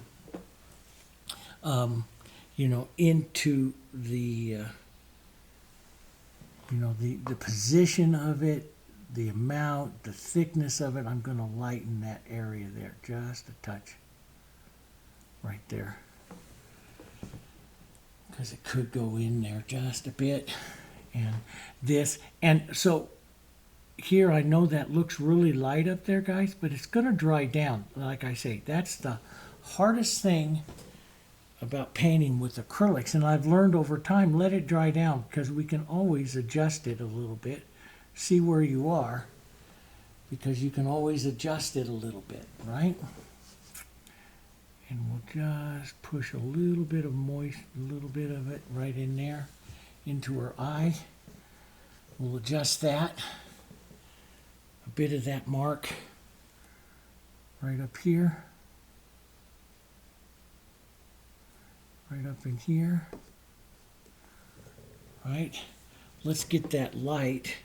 This is our value 9 again.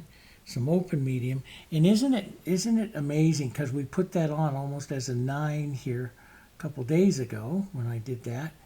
And it is how much of that has dried down. Dried down darker here. Let's put in a little softness, maybe a little bit of this broken color kind of color coming in there. See? And see, that's where you leave all those little brush marks. So where Sargent says you have to take you would take a pretty big, and his portraits and taking those big marks are amazing. But I like it into an animal. I like the marks to maybe be a little bit smaller so that I get some movement for fur and stuff in there. Because I find that's important. Let's take just a whisper of this light. Pop that mark up just a bit. Here. Yeah. She is a complicated color for a yellow dog. Yeah.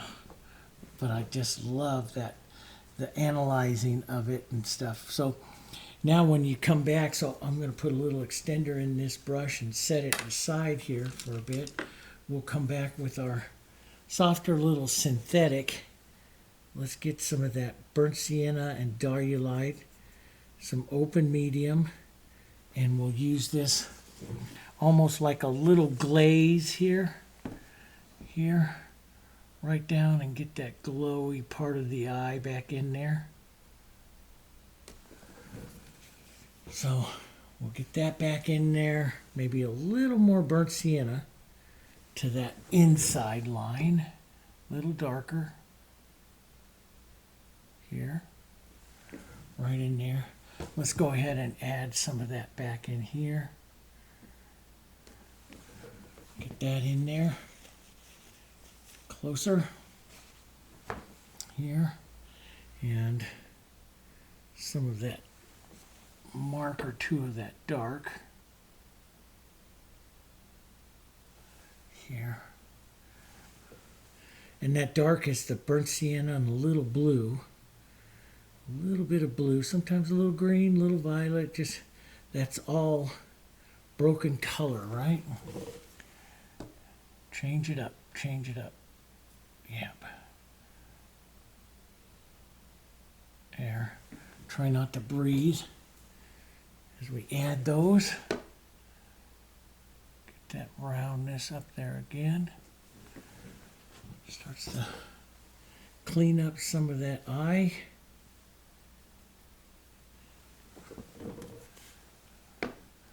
Here, a little dark into the corner. There. A little dark back into this corner. Look into, especially into those corners of those eyes. And when you apply the dark, you might have to turn around and darken down some of your lights, because the dark will turn around and we'll put that shadow of the upper lid in there. The dark will turn around and make your lights look lighter. So sometimes you might have to come back and change those, right?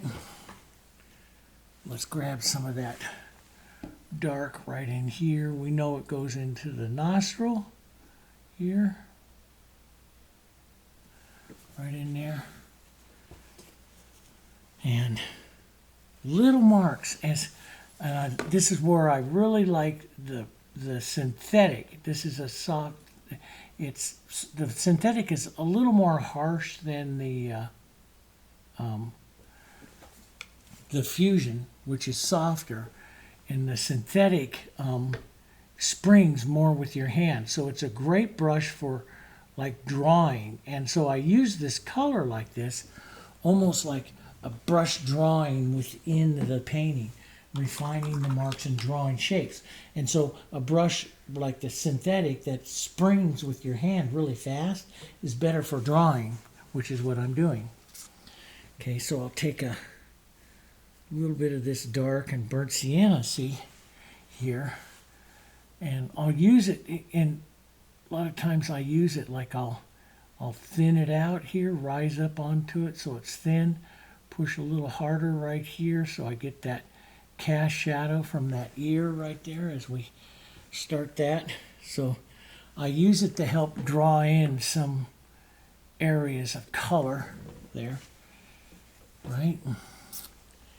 And that's a beautiful little color, so let's put a little touch of it right down in here. Carrying those colors. And it's through the portraits like this where I learned that you got to carry these colors, that I carried that into the roses. So many of you like the roses that I paint. All of these techniques that I use in the roses to paint, I learned most of them in portraiture. I didn't learn them by practicing roses. I learned them in portraiture to learn how to carry color and marks and stuff to get the look that I wanted in it. Let's just drop a little shadow right there. Little things. My eyes start seeing little things. And I'll work around the design a little bit. Sometimes drives my students absolutely nuts when I do that. They're like, what makes you go over there? Because I saw it, you know. I saw the problem, and for me, if I don't go over, I know I should be a little bit more rhythmic, but about it. But I know if I don't go fix it, I won't remember it later.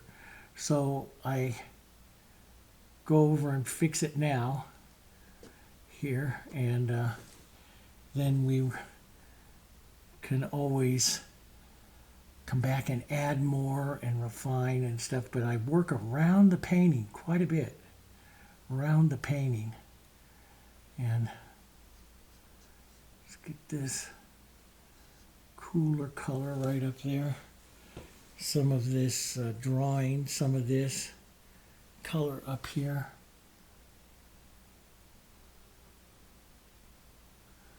Yeah, this right up here. Little bump. A little bit more here, like that. And look, did I flatten her out her head too much here? Gotta get that dip in there for her ear.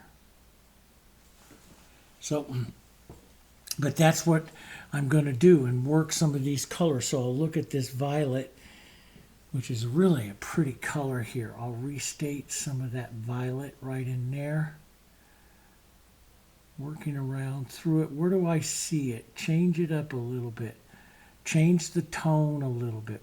Warm it with some yellow. Lighten it with some white. Find the areas that color is being used here, and find it and express it, you know.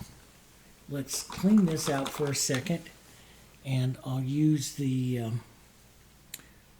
Indian yellow, burnt sienna, a little burnt sienna in that Indian yellow. And let's push back the glow in the eye again a little bit. And a little bit over here. There, that gets them a touch closer. And there's still a lot of refinement that I have to do here, using a different brush, pulling some of that in there, building the face. But sometimes I like to, don't use pure white. I'm gonna just take it off color with a little bit of my neutral here. And I'm just gonna, there's the catch light on her photo here. And I'm going to put that in there because I think that just gives the animal its life. There's one brighter catch light, then I'm going to drop the value down. Here, lighter catch light. Drop the value down. Put two little softer marks here. I'm using just the chisel of that brush. Two little softer marks and one little softer mark right here. Right there and there. And yeah, and if you really, really want to make the eye pop, and the eyes do pop there, but if you really want to make them pop, you put a cold violet and blue, get real slow inside and put it right up next to that catch light. And that gives a lot of depth to the eye. A lot more depth to the eye there.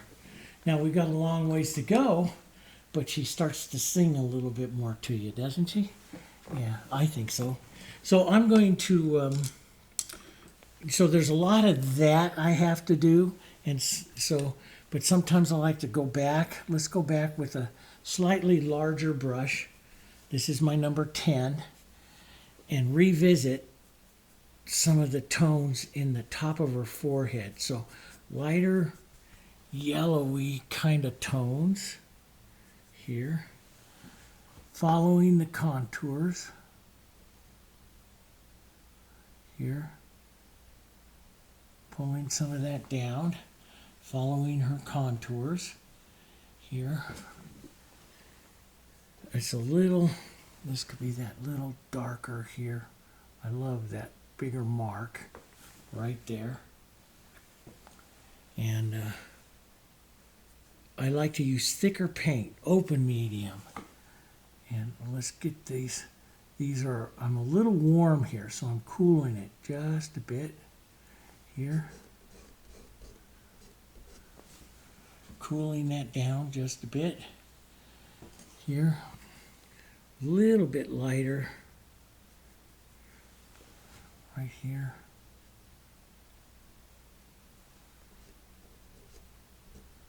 And sometimes I just like to use my finger.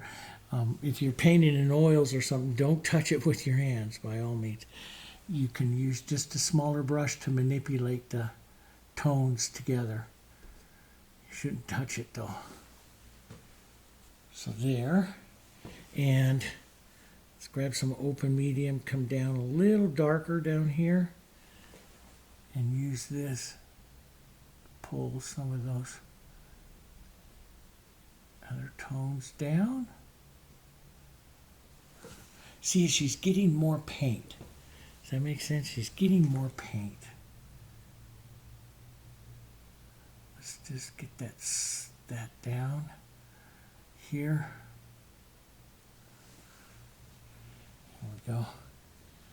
And a little lighter, a couple values lighter, maybe a touch more yellow into that. A couple values lighter here. Here, that light band. So you see the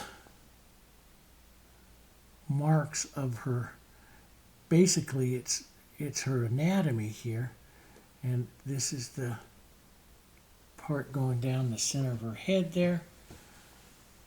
And a little bit of light here and there coming through there. And I'm going to want, because I'm off a bit, and you know you will be, I don't worry about it. And as I get, and this is the other thing about painting like this, as you put one, because of simultaneous contrast, as you put one tone on, you know, you may go, oh wow, I nailed it, that looks great.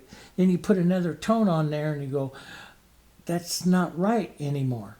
That constantly happens to everybody. It constantly happens to me. Don't let it get you down. That's called painting, okay?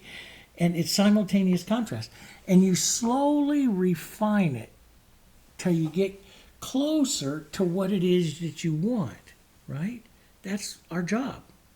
That's what we do. We're slowly refining that look.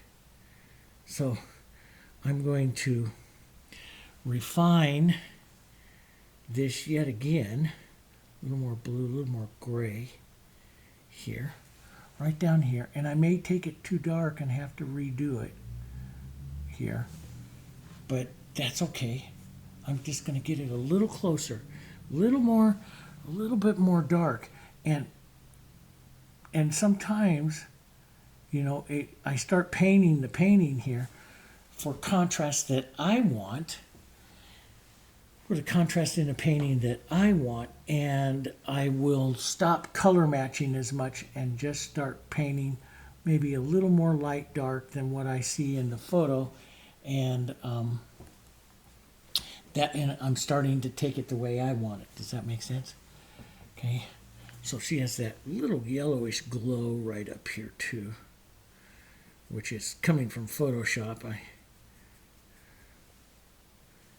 As I removed the background, but I kind of like that little yellowish glow here up on the top of her head. There. Yeah. And I think those eyes are pretty darn close. This is where I wish you guys were right here. I wish you were right here and you go, no, David, I see that a little darker or whatever right there. You can help me paint a nicer portrait. I used to do that for years in my classes. In the nighttime, I would sit up in front of it and paint in front of everybody and let everybody watch it evolve and see it evolve. And you're looking at what does the painting need, right along with me in that look. And it was such a valuable lesson here. Yeah. So it's just, this is a part where I'm starting to get into here is where sand, see, I start to look for that little mark, and I'll put something like that little mark, getting closer to the image. And this is where Sanded would say, particularizing the painting, adding the little things. And what is most important about it, most important that I got out of there that changed the way I paint is he called it the particularizing. And what is particularizing? Particularizing takes it to a portrait. That is where you leave the brush marks. That is where you leave some of those painting edges that you can see it's a brush and not a photo. Does that make sense?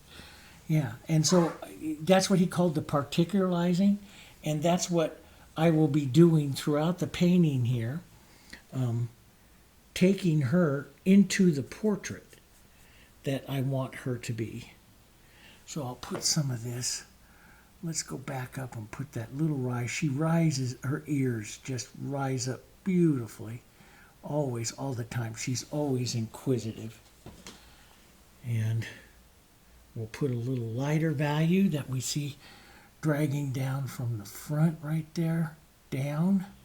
And it's going to join in, coming a little bit more violet here. I tell you, I wish that fly would go away. Coming a little bit more violet right there. A little bit more burnt sienna, some violet and some yellow. Over here, maybe a little neutral to keep it from getting too dark. Let's take a look at that. That is really, really close right in there. Could have it, see, and what I call this, and hope you understand it now, is particularizing in there. I'm going to use my brush in smaller little marks in there to see if I can get some movement that would emulate some of those various colors in there. And then I will yellow it up. This would be considered broken color. Yellow it up. Tap it through some of that, right? Slowly refining to the shape that I see in her. And some of the other that has that burnt sienna and a little green in there to brown that burnt sienna up. Right down in here. I need to get that darker for a minute, but I can take some of that right up in there. A little bit of that mark right in there. There. Get that closer and closer. It's not perfect, but see how you just slowly build it closer. You don't try to make big statements. You do it a little bit at a time.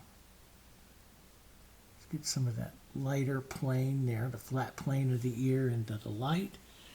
And that's going to come right down here.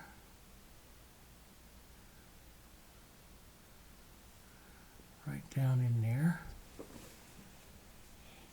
There. That's a little low on the ear. Darn it. It's a little low on the ear right there, I think. Now, is this dry? Yeah, it's a little tacky. Sometimes if it's dry, you can lift it back up with some water without having to disrupt your background. But we're artists. We can disrupt our background. Burnt sienna, a little blue.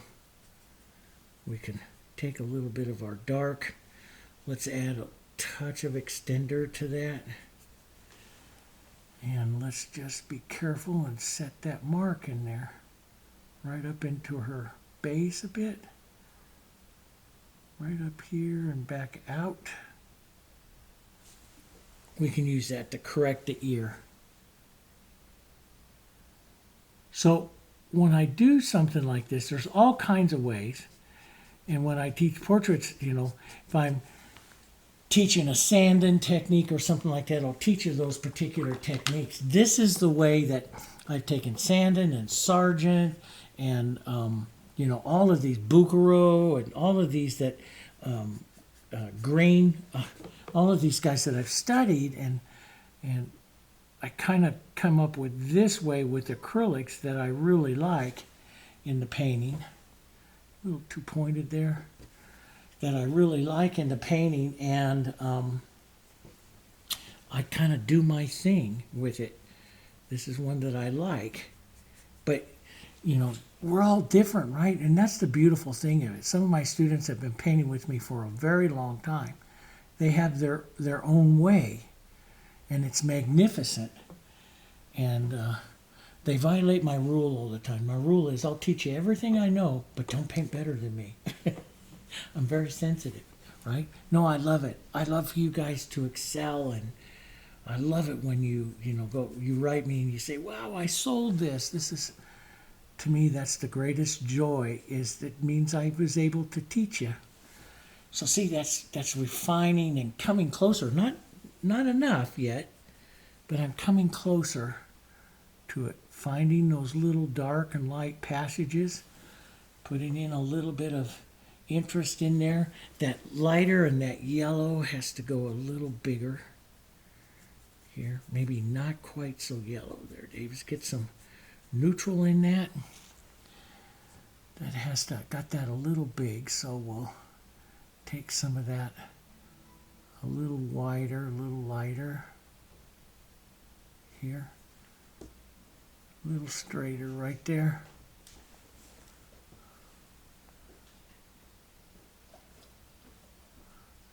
And we'll narrow that down just a bit. That's closer. I'm going to have to work this again, but I can see now when you look at this and then you look at this, you could see some more lighter violets. Do you see kind of a little bit more? Hopefully the camera can pick it up. It's doing it on that monitor. I see a little bit lighter violet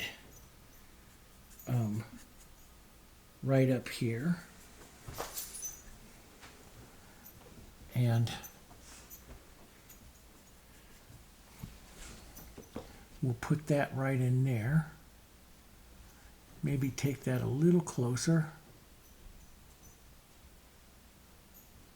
Here, right like that.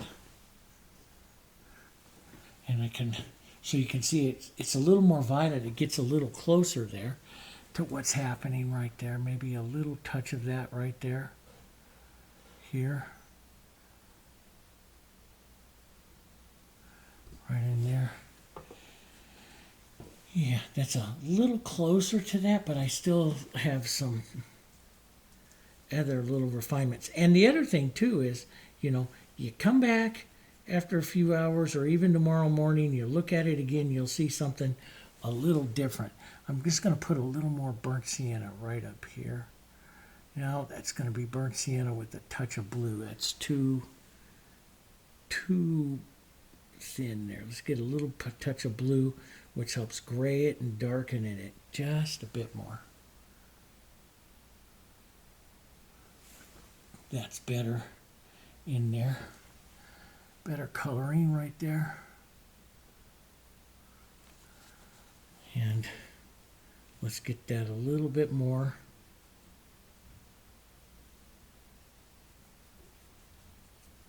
Right in here.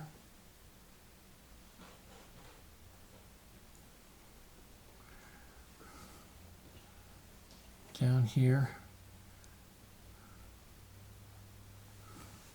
Right there. That takes that a little closer. The plane of the ear is flatter here, so we'll add a bit more across here.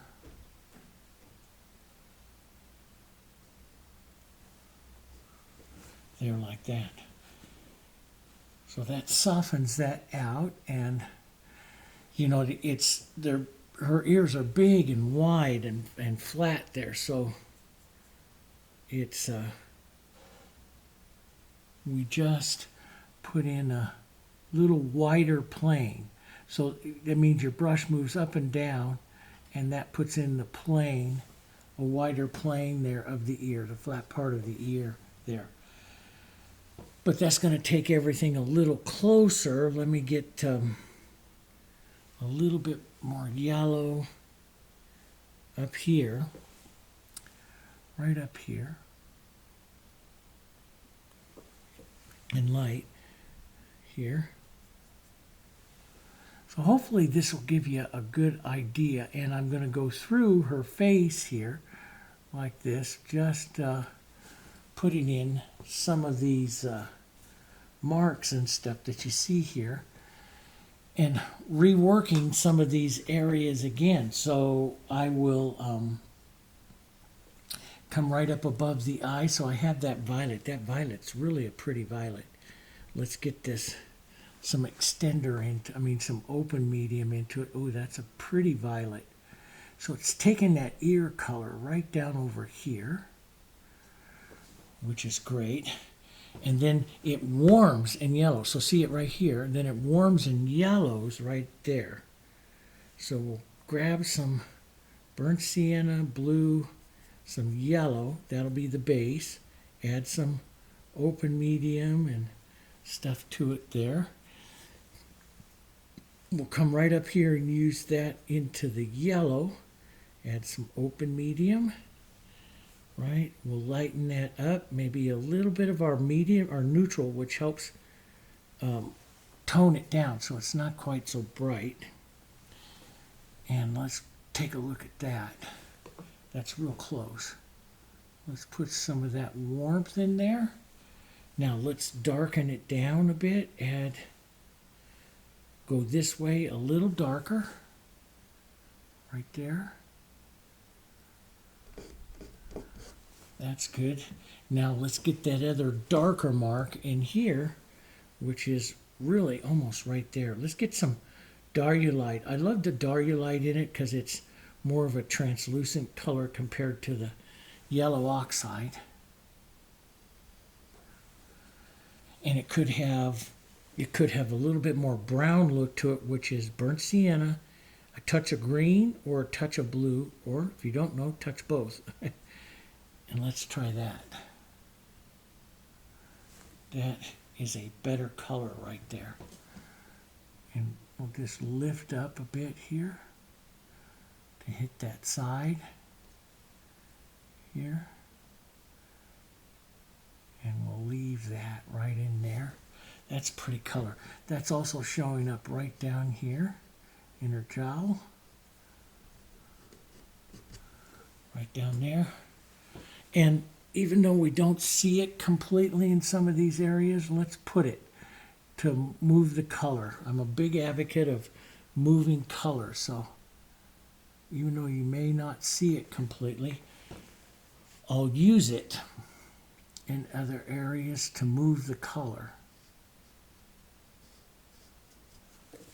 Here, let's use it as a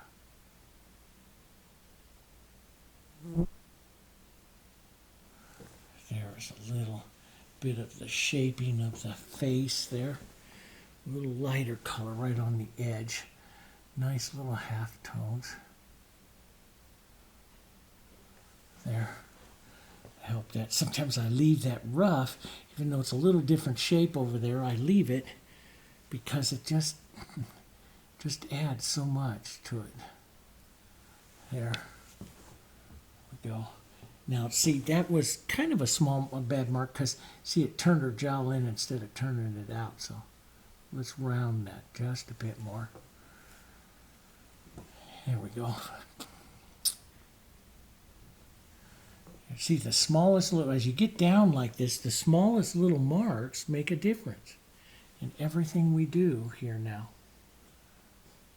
So we'll find that one. And we'll find this nice deep one over here. Nice deeper brown. Here, a little more brown, little burnt sienna and blue. So your browns are burnt sienna and blue. Sometimes a little red violet to help cool it down. Get it a deeper. This is a cast shadow over here in the ear, so we'll put that in. Let's drop that cast shadow again over here from that one. Drop some of that in here so we move that color.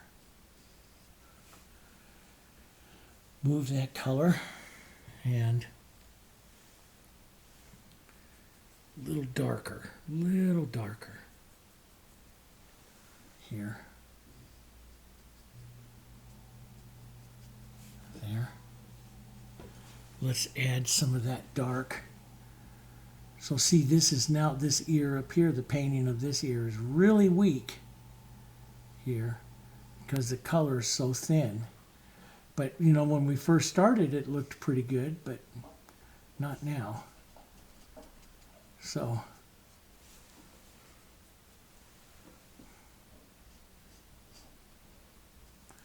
here we'll do that.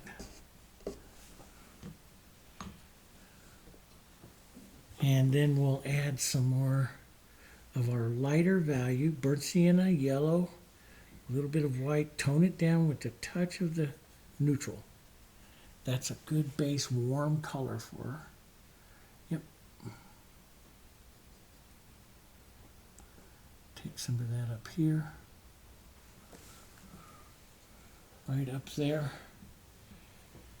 And, you know, that lovely light violet, lighter violet, a little bit of that right in there, a little half tone of it. Let's put a mark of that half tone right up here. It's a good mark of it. As you get more and more painterly, you may do more and more marks like that, you know, which is great. Let's redefine a little more light here. It's like I said, remember when I first put this on, I said I was going to do this 5-6 times. This is probably pretty close to 6 times. You're right. You just got to get these shapes around the eyes correct, because that is her expression, right? That is her expression that you're trying. And so here you see it a little bit more pointy. Here I have it a little bit more round, and we need to have that little bit more pointy to it. That's a little bit more inquisitive look to it. Here we go. And a little softer mark right there. And then down a little darker. Right here, a little half tone dark, a little darker than that. A little half tone. Let's get a little darkness into that. Right in there. There, like that. That's kind of nice. Okay. Kind of pretty right there. Kipper. And let's go a little lighter. Right at the top up here. And down. And we see, follow the contours that you see. Your marks sit in those contours that you see here. Some neutral into this violet. So it's really, really violets and warm yellows and stuff that I'm playing through here. This is completely different than Brutus. On the channel, I also have a kind of a famous yellow lab Brutus that I painted a portrait of him. Very, very popular. A lot of people painted Brutus when they're completely different type of technique that I'm using on Kipper here. But I love the way Brutus came out. Absolutely love it. And so if you haven't watched that video of Brutus, you need to go watch that, because it's a nice one as well. Here we go. A little wider right there. And how much of these brush marks, I'm softening her out a heck of a lot more than what I did on Brutus, but I like how it's capturing her. And it is capturing her look, so yeah. Let's get that burnt sienna and yellow, some of the green and blue into this. Grab some of this with some open medium. Let's get some of this other ear in here. Right, shoot out further. There. Some of the burnt sienna, blue, a little violet maybe here. Some of the deeper, cooler darks.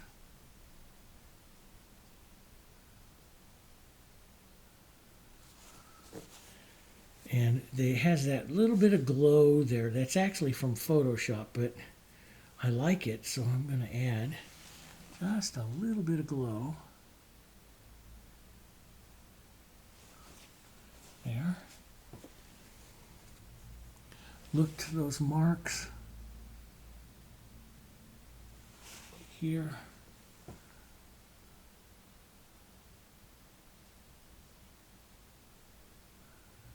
Here, flatten that out.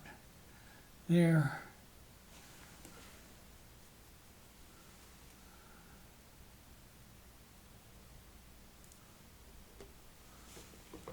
And another little mark right here. Look for your marks using the chisel of the brush there. You can pull some of this down to, give some of the streaks, or use a brush to get some of the streaks there. And maybe a few. My violet here is almost drying up. It has just a little bit of workability. Here.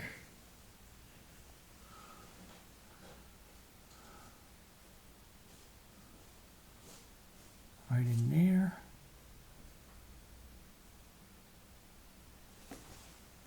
Okay.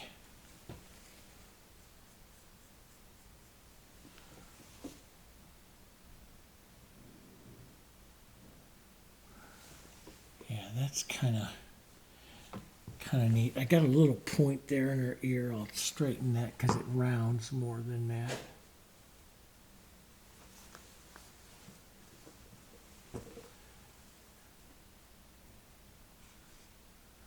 There we go.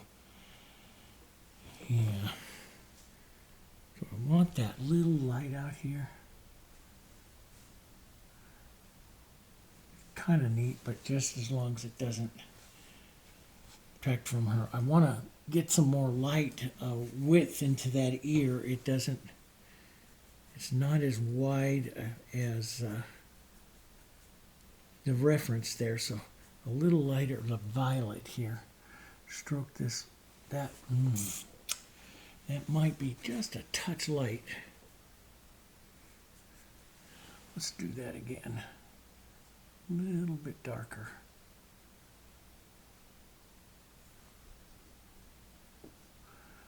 Here we go. It just widens that just a bit, and I like that. Little mark of light right there. It's just a half a value lighter right there. Just good. And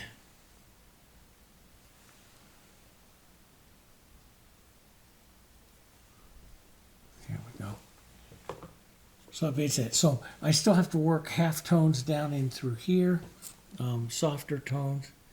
Let's get some open medium, some half tones, some softening down in through there. And so I got that warm, but there's a lot of that grayed. So it's any of those grays, it's the burnt sienna and a little yellow, a little bit of green that really kind of grays that color up, which happens a lot in like the yellow labs. It happens in the Palomino horses, stuff like that. And it's, even in the elk that I paint, the burnt sienna and the green, see it grays it down just a bit. And I gotta put that bit darker in there still, back again. It's a bit more burnt sienna. And see, you can make a mistake with the tone and just evolve the tone in here. And when you're painting with the open medium like this, you have lots of time to do it. You're watching me and lots of time do this. So you just keep remembering to add that open medium. You've got to remember to add it. And it'll keep that color nice and wet. Let's push some of that in there. Soften some of her face into that. Maybe a bit more burnt sienna in there. Go away.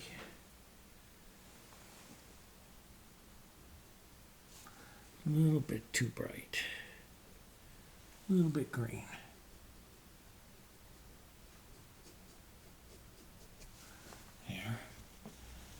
good. And let's take that softer, kind of light, a little bit of my neutral gray, a little bit of that violet and yellow, a little bit, Dave, gray and white. Nice intermediate kind of tone here. Let's see where we are. Push that light right on the edge of that jowl there. That's right there, yeah. And drop it down in value just a bit. A little mark of it, which is that area right there I'm looking at. Letting that a little bit of that light, a little mark or two over here for interest, and then it gets over here, and we'll just follow some contours to suggest the side of her face there, up along her jawline there. Put that one back.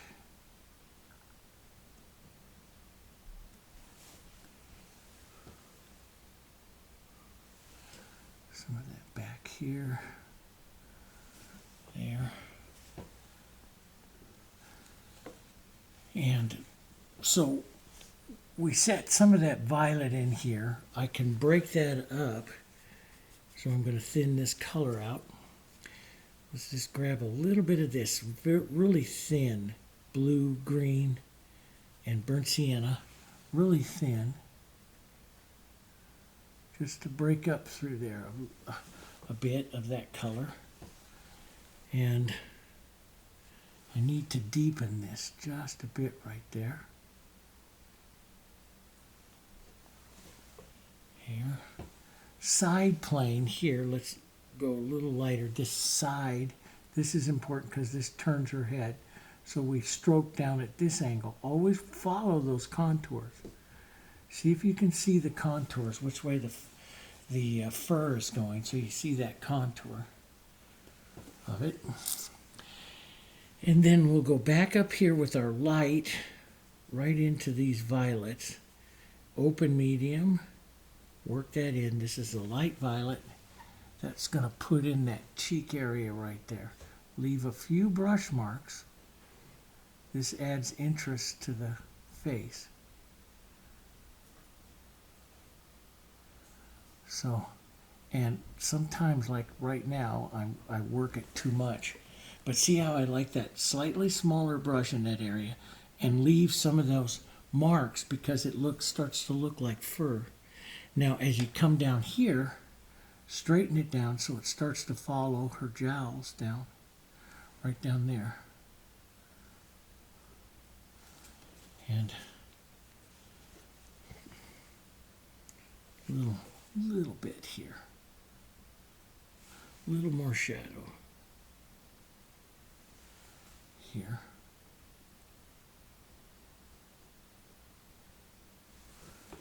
Down there.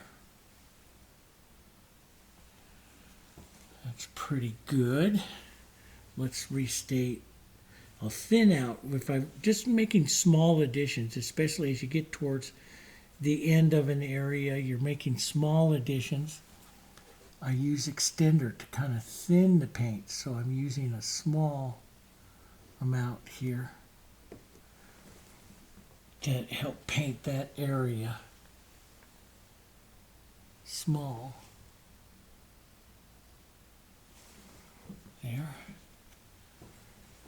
Let's reset that violet, some of that right up here onto her nose.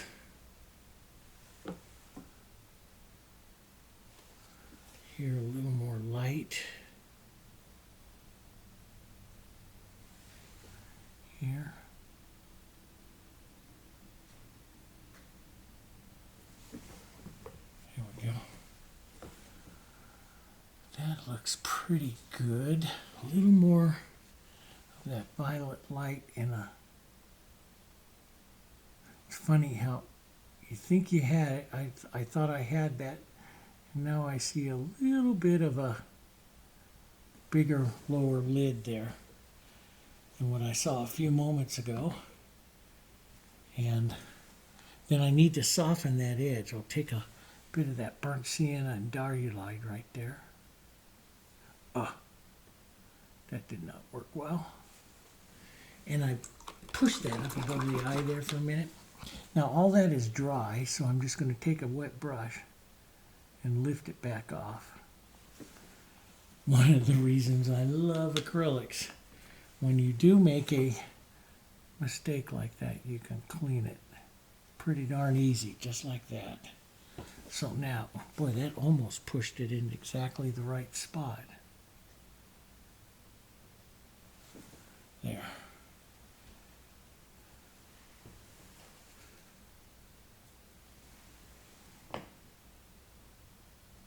There we go.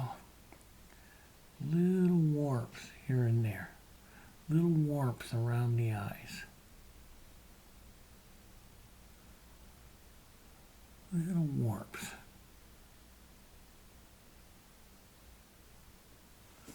There. That's pretty good. Now we have to work the nose again.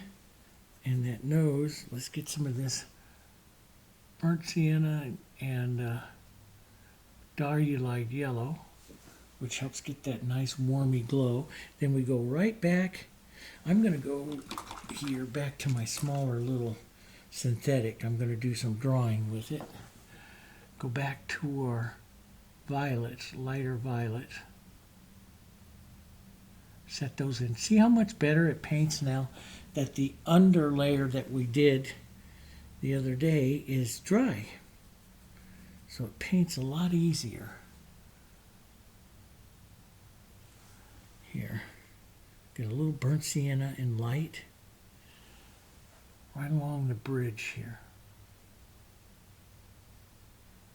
Soften the edge. There. Okay. And a little bit down this side. There. We'll take just a bit of that.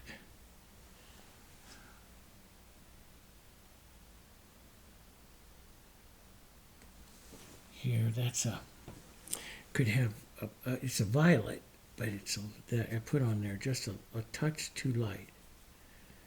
So we'll darken it down, a violet and a little blue.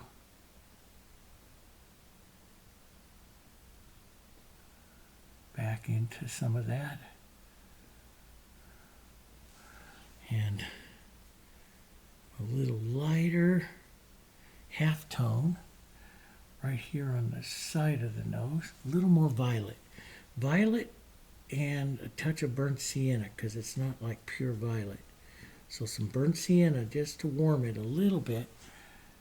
Use it very lightly.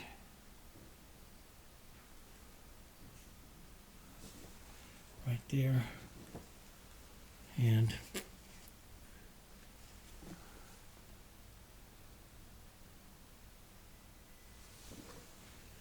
we go.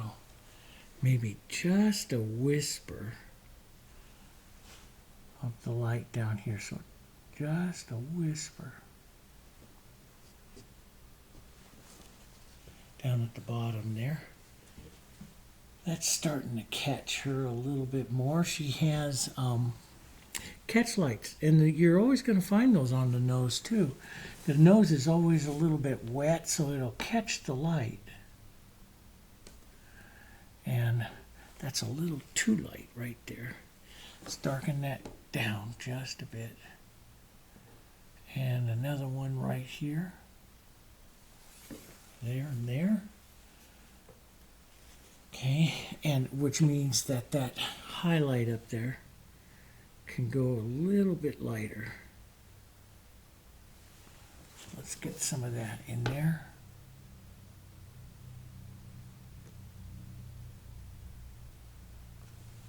we go. A little bit lighter right there. And I think I can go a touch more violet on the top of that nose right here.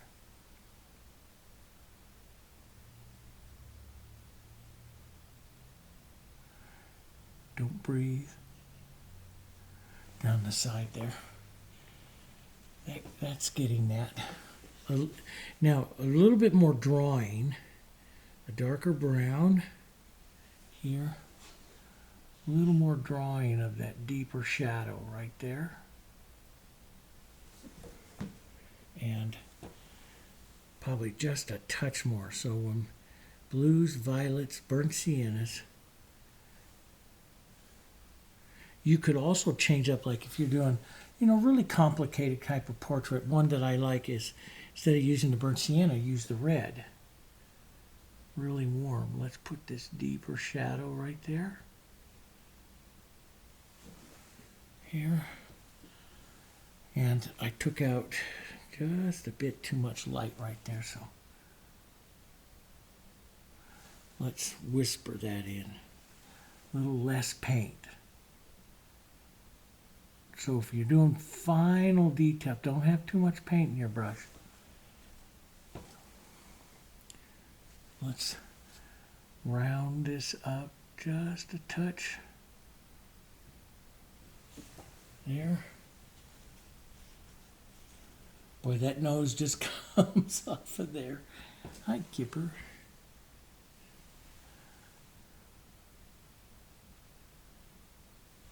There. Yeah.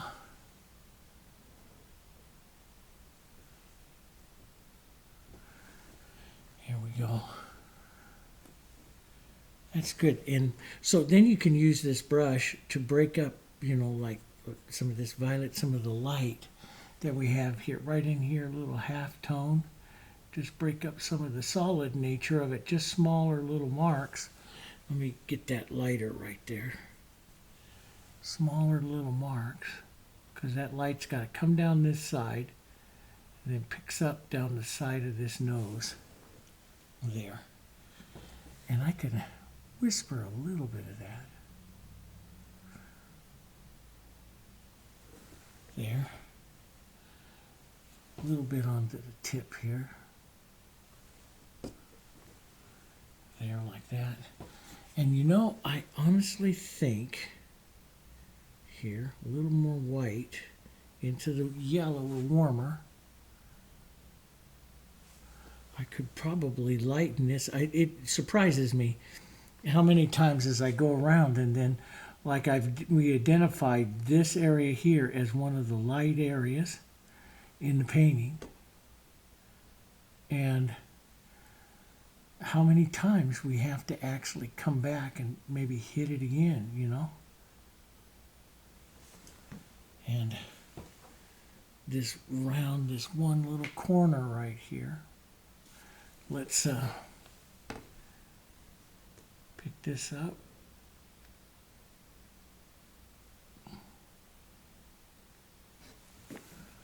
Get that light right there. Right? And a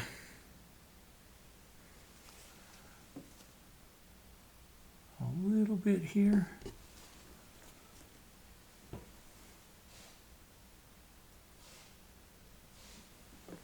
Yeah, put a little bit here.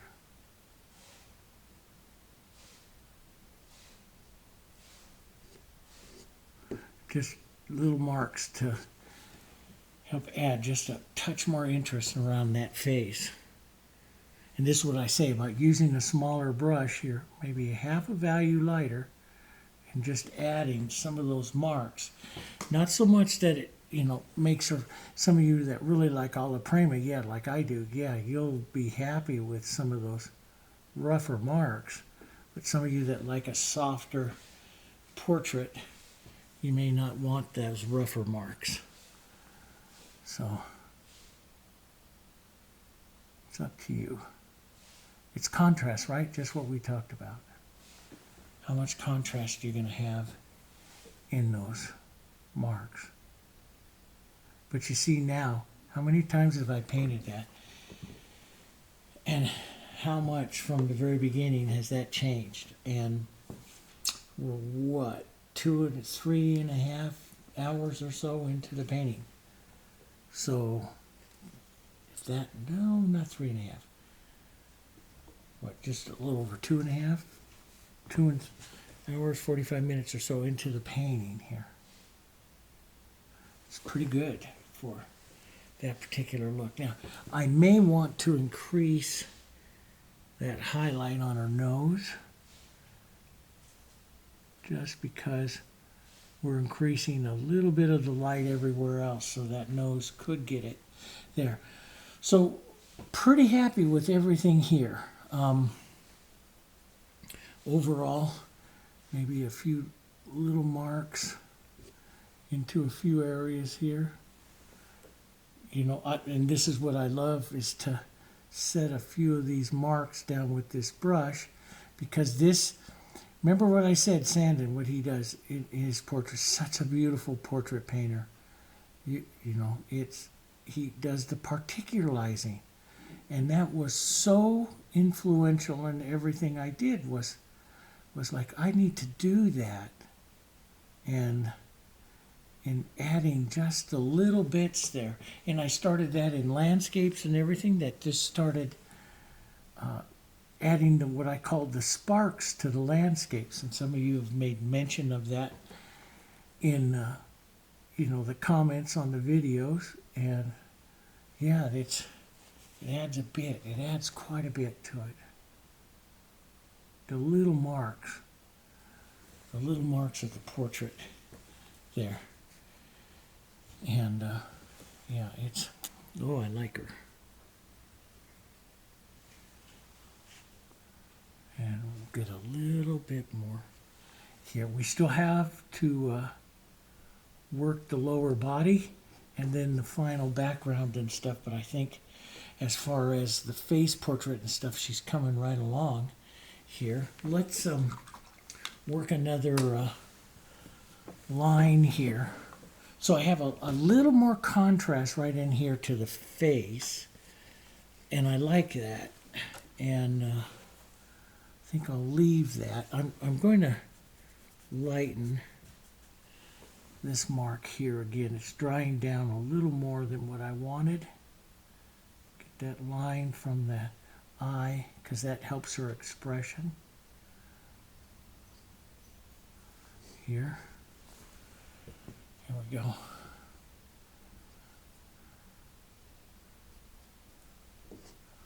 There we go. And this mark, the edge of her mouth there, is very kind of important, very important actually. Here. There. And let's deepen a little violet.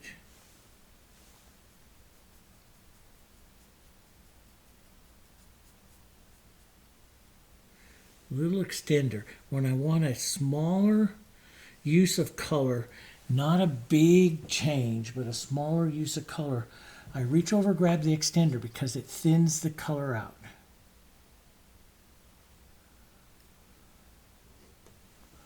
And that's what I'm looking for here.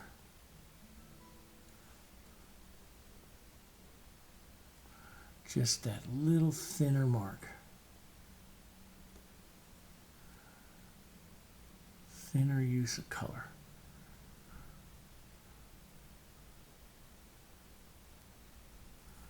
Here, just to set, yeah, that's good. That sets her there. Okay. Now, let's go to our 3/4 inch brush, and we'll come in. We'll probably have to do this a couple times. When we take some medium, some yellows, we'll get some burnt siennas down here, and we'll find some of that medium tone right in there. It has a bit of violet in it too. Let's add a bit of open medium. Okay. find that. See, I can leave just like this, though. And I've done this on several animal portraits. I did it on the German Shepherd. Just leave those strokes up like that onto something, and it's nice. Let's get just a touch more yellow. Tone that with just a bit of the warm neutral. That's a little too light. Grab a little brown, dump it into it. That's perfect color.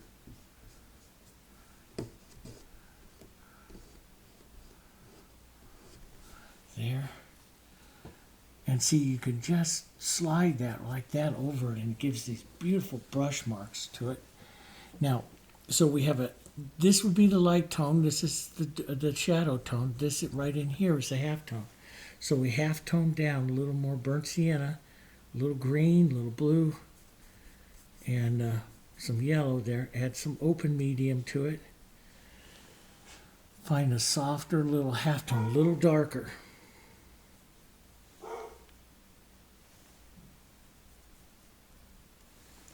Here.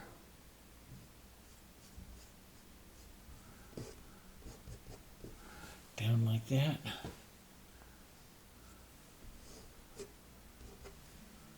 And let's rework some of those darks. Burnt sienna, a little green, a little blue, a little violet.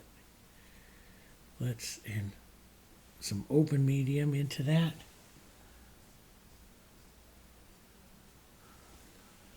Work some of those darker colors back in there.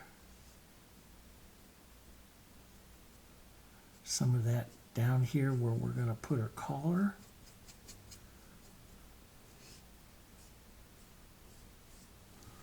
Down there.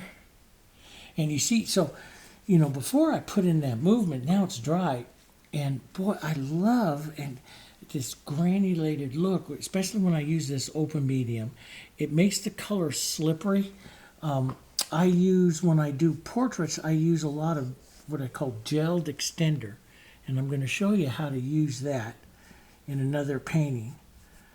I love the gelled extender because it does the same thing. It does the same type of movement as the open medium, but it's a little bit more slippery. And so I love it in portraiture of, you know, setting in facial structures and stuff.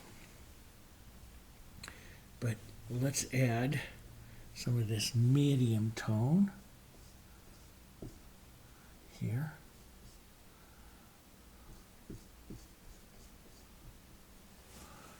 This medium tone, let's get that bit of that shadow there. There. And yeah. So I'm gonna get running out of open medium here, and I want to keep that going right now.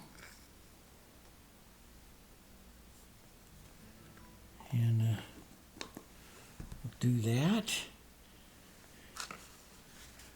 And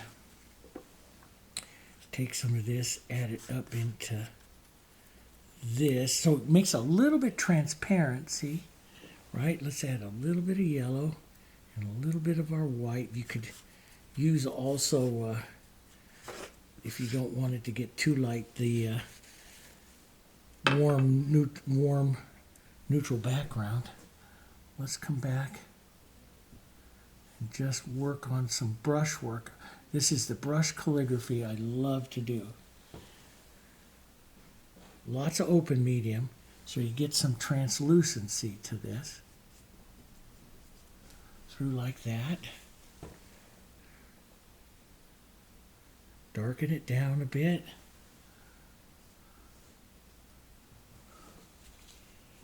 Yeah, and I want to widen out her neck right here. That's a neck stroke right there.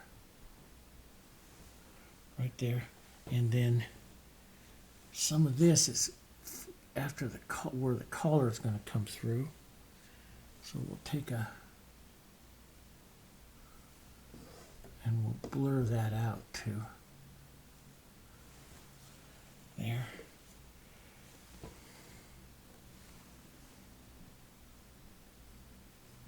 And this is where I like to do the bigger brush, bigger alla prima strokes. You know, the here.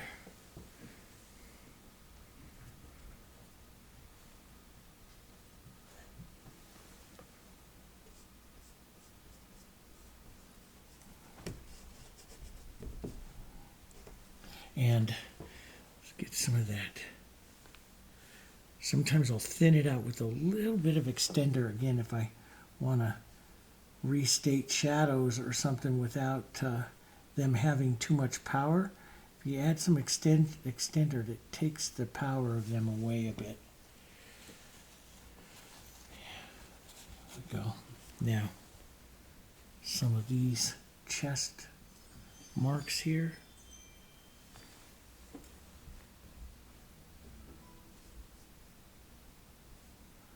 Just here. That looks good. Just following that, and see, this open medium just makes it look great. And some of the background here that I'm working in is still wet from earlier.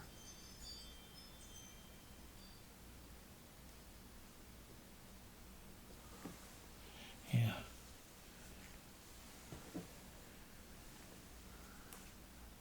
And we'll put a little light right like that. Oh, I like that little curvature of her neck there.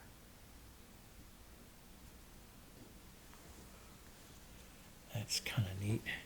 A little halftone right here. Soften that down. Right there. Yeah, and overall I'm getting it, but she could be a little bit lighter. Maybe not. We'll add a little neutral to that and some white. Let's add quite a bit of open medium to that, and let's just try a bit. So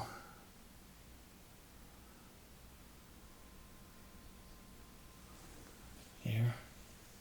She wants it, you know, you want to get that yellow lab look, so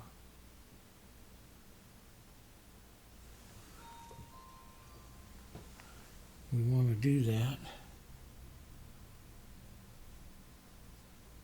here. There we go. Yeah. Building it up like this, and you have, you know, your acrylic painter, the Heritage. I have hours to work with this since I've been working this layers upon layers upon layers of open medium here with it. It's going to be wet. It's going to be wet till tomorrow morning, you know, and so, and it's 3 o'clock in the afternoon here. It'll be wet, honestly, till tomorrow morning. And matter of fact, I'm going to let it dry up, come back maybe tomorrow afternoon a little bit and finish some of the background and stuff with it. It's good paint today.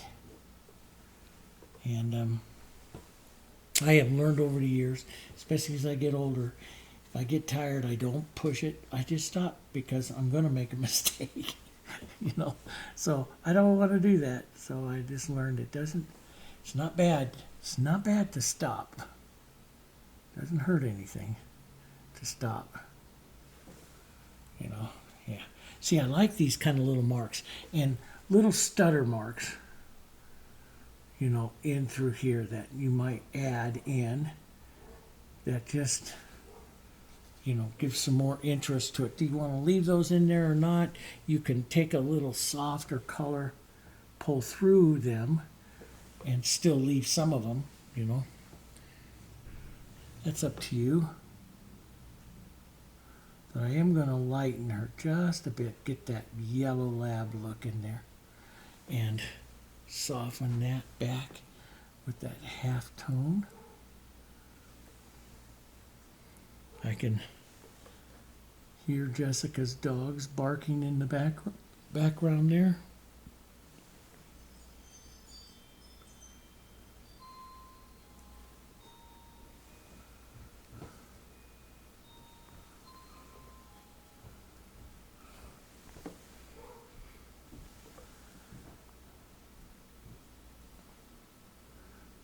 put this, drop that in. And we still need, I need to get that just a little richer and darker.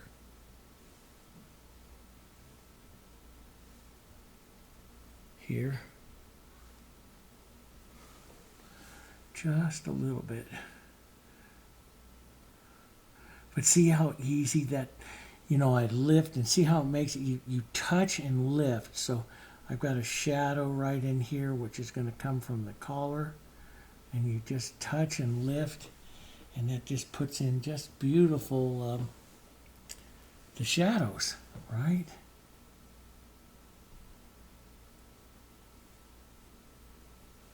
Yeah, love that. Richness of those. Yeah, let's put just a little bit here. Widen that out just a bit there, like that. That's pretty good. That's pretty good. I think we've only got a couple minutes left on this particular tape, so I think I'll call it there for tonight. And since there's dogs barking, there's UPS ringing the doorbell here. Martha just run to go get that because it's noise into where I'm filming. Daddy's filming. And so we have a very active studio here, big active studio. Sometimes I sit down to film and I still hear, I don't know if the cameras pick up all the craziness of our studio and our family and all the dogs. It's still going on. Anyway, so it's a good time. I'm going to take a little break from it. I'll pick it back up tomorrow morning. We'll finish the background and finish just a little bit more in here, add her collar in and stuff like that. And but it's a good place to stop. I think I'm going to sit back and look at her here and see where I need to do some refinement, especially right, like the ears and stuff like that. But I'm liking how she's coming. Hopefully you like how she's coming. So I'll take a quick break for you. Again, it'll be just a few seconds, and then I'll see you guys on the next clip starting just about now. Hi everyone, welcome back. Well, before we get started this morning, I want to show you a few things. One of them is that plastic, okay? How the plastic will look. Now, earlier this morning, because it's a little bit after lunch right now, I didn't start real fast. I just came in and added a few more light strokes right in here. I felt her shadowing was a little bit deep, and that makes her head flatten out just a touch more.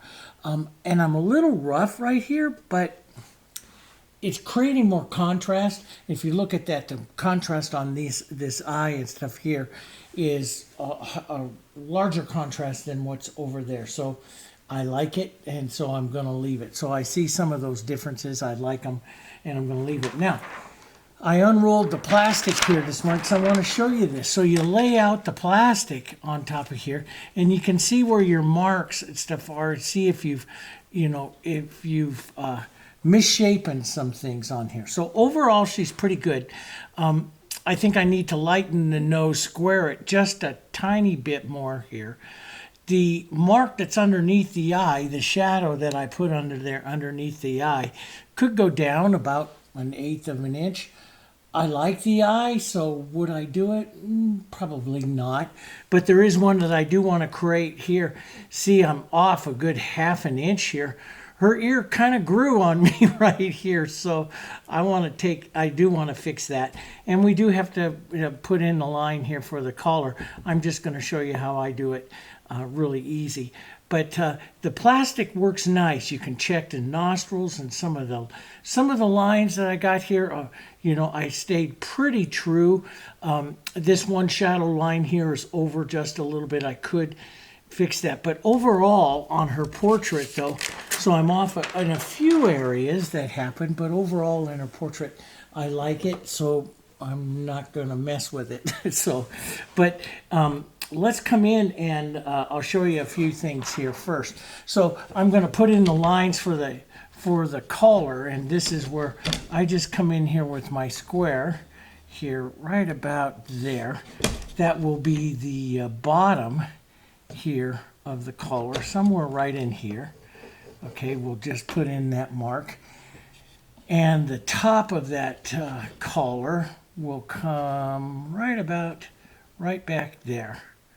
Will come right about back there. So it is going to come down right from here and then right up through there.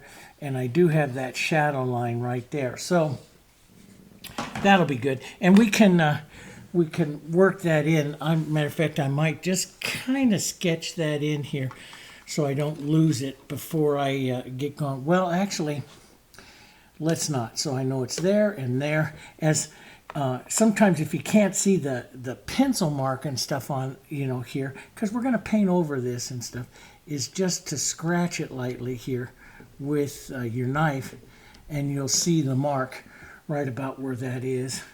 And I'll see that right there, and I know it comes in right there. So it's going to come down in that slope and back up like that. So we'll add that, and then we'll get wider out over here. We'll do that and refine that when we get going. Let's talk about now. So why don't I want to sketch it in? Because I want to do that extender thing again.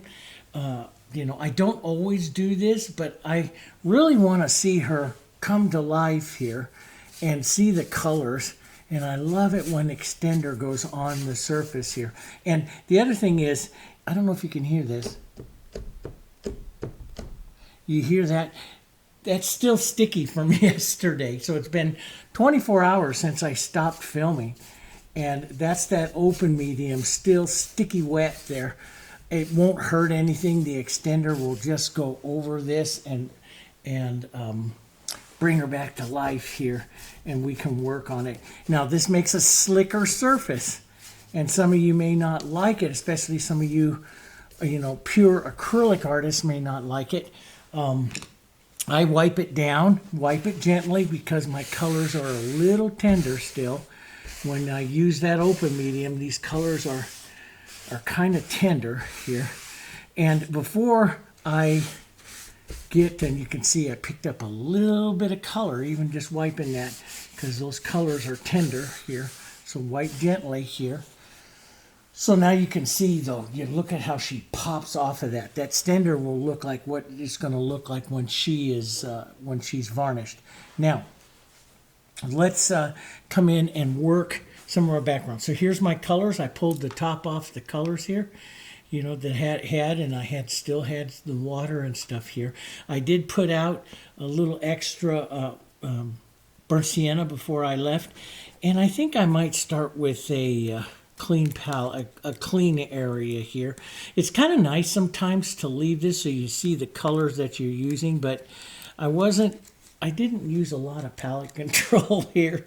I was kind of all over the place. Usually I go warm to cools and stuff like that, and I didn't do that very well. So I'm just going to separate the pages here and I just use my knife right on the edge like that, and it tears that right off, and I can keep going with that. And it's a good thing, though, for years what I would do, especially if I was doing a study like a Dutch, or if I'm, following, a master portrait artist or something like that, and I really like these colors, I would label the backside of it what it was, let this all dry, and then keep it in a file.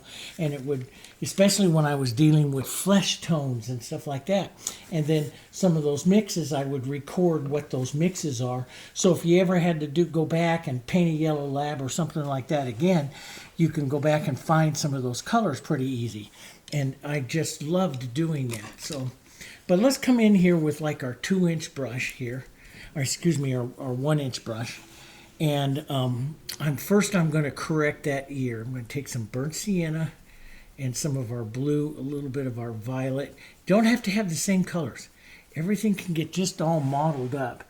And let's remove that 1/2 inch right in here and bring her back in line just a touch to what that ear is.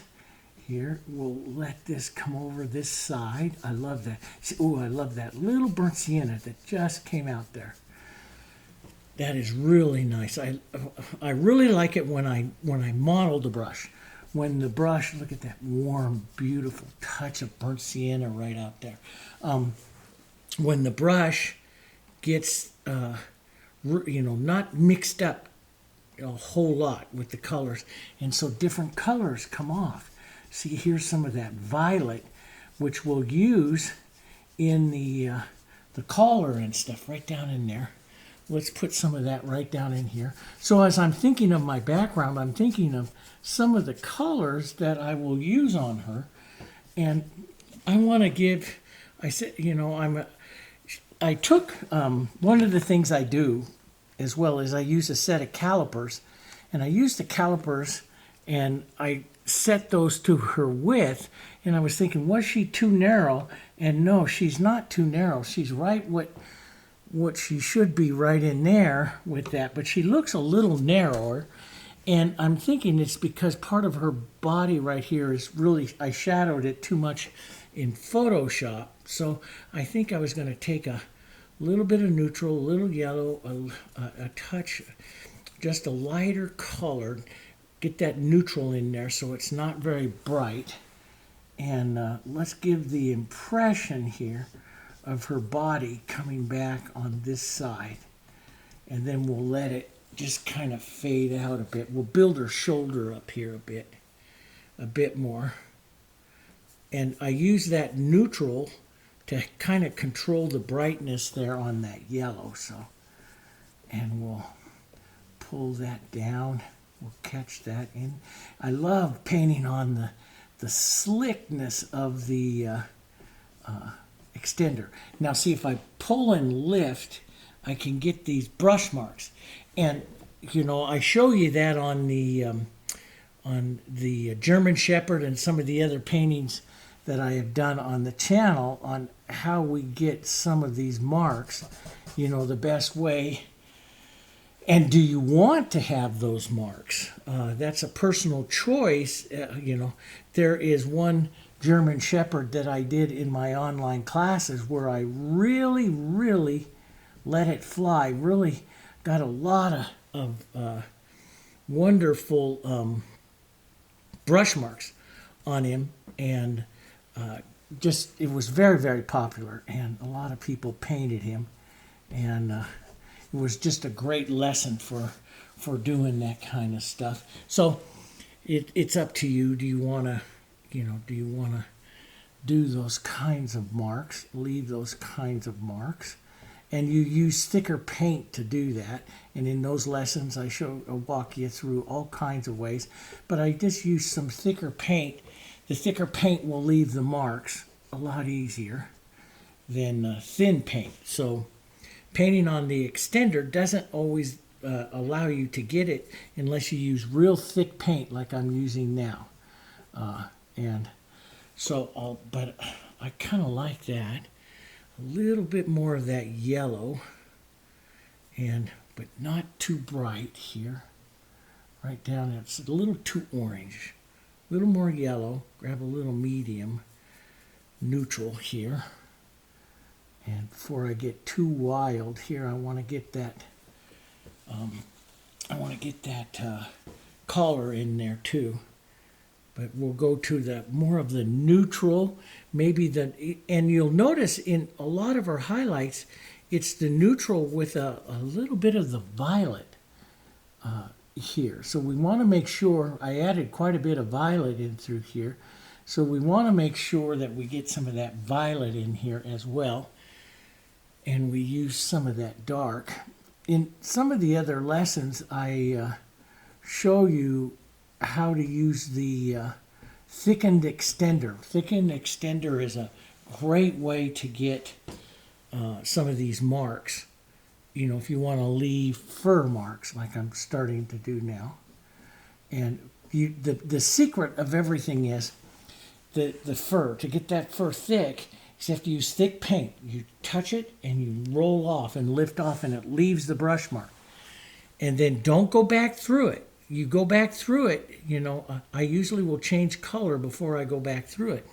But if you go back through it too much, you will lose the mark. It'll blend on you. So you don't want to do that too much, going back and forth there. And I'm going to deepen some of this, I think, a little more than what she is, so it pops her head just a touch more here. And we'll put some of this other shadow. And don't forget, you can do some of these shadowings here with the green as well. A burnt sienna and a little green. That's beautiful color. It's more toned and warm here. And so we can leave, so like I can leave that beautiful mark there. And we'll put the lighter chest hairs on top of that here. Just leave some of that there. And we'll go more neutral, maybe a little bit of our violet. This neutral warm, a little light here. And we'll use that to just say some of these light strokes that we see on her chest there.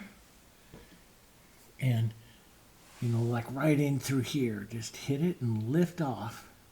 And you'll get those marks of her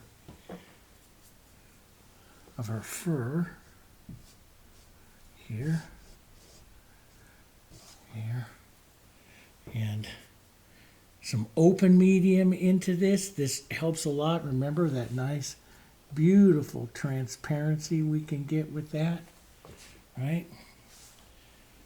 And so we'll leave some of this here,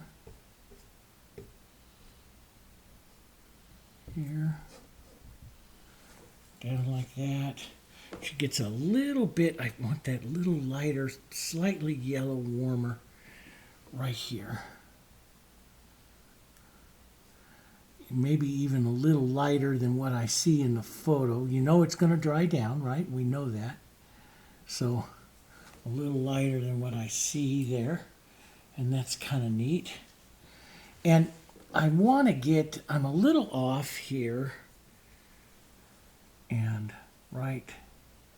So I want to get some of this curving like that's her neck right there. And then we'll bring those light strokes out. And then we have to get the collar in there. So let's come back with like a number 8 or a 10 flat. We'll get that nice, beautiful violet color, violet blue here. I'm going to tone that so it's not too bright with just a little burnt sienna here. And so we're going to come down right about in here. And we're going to come right, so you can also do this, right about here to there's the bottom. Right about there to there, so right about in there. And we're going to disappear up in here. So now we'll just swing and join that together.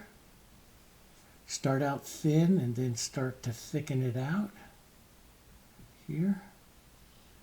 There we go. And I'm going to paint it really quite suggestively.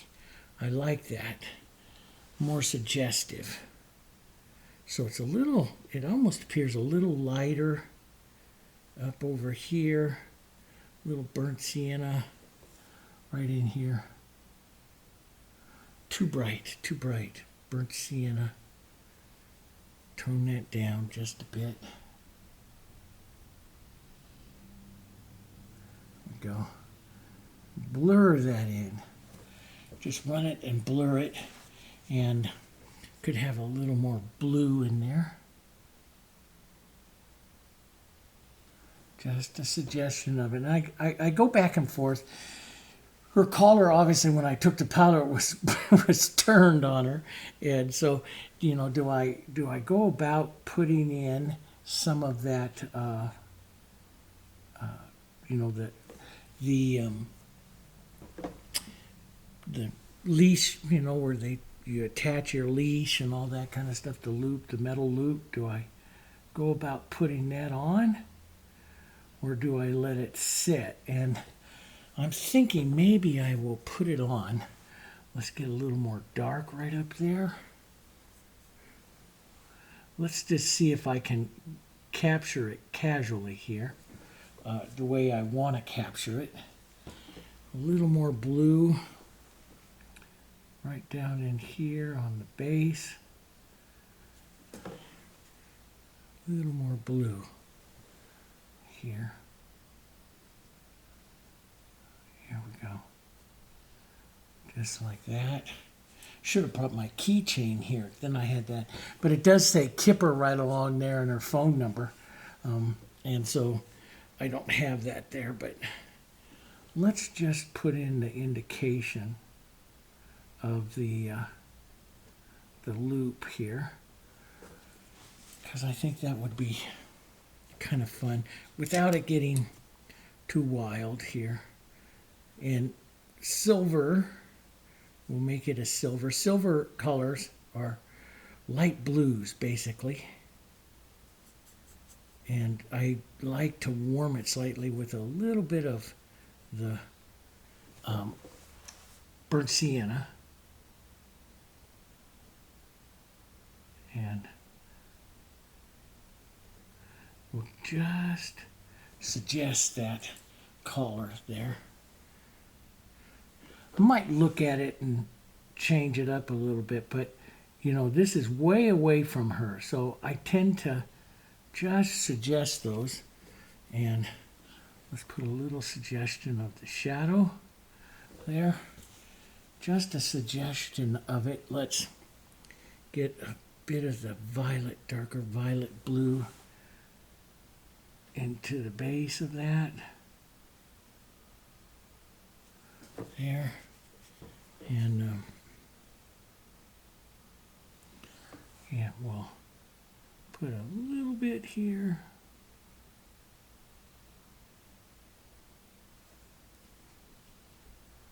That's what I just like. No, it's just simple suggestion. Couple of shines on it. You know, like on the side where the light is. Couple of little shines. I have it a little too pointed at the bottom. I'll take care of that. We take care of that with the color, her base color here. We'll take some of that blue, purpley from there, and put that into her. I like to do that as well. And then let's take some yellow, burnt sienna, some open medium, a little bit of our neutral and white. Model some of this together here. So it's not perfect here. And we'll do a few strokes of her fur here, right over to hide some of that.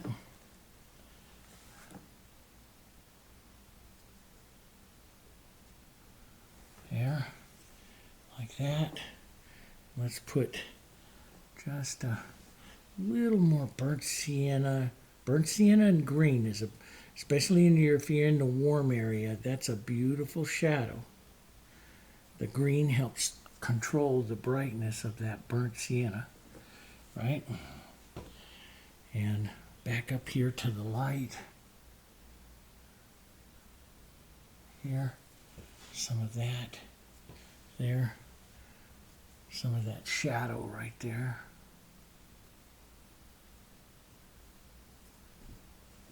There. And so you see the smaller brush makes even more little marks, fur marks and stuff. There. It's up to you, you know, use the big one. I like big alla prima strokes many times. You know, that's what I like, but that's up to you. How light you want to make it.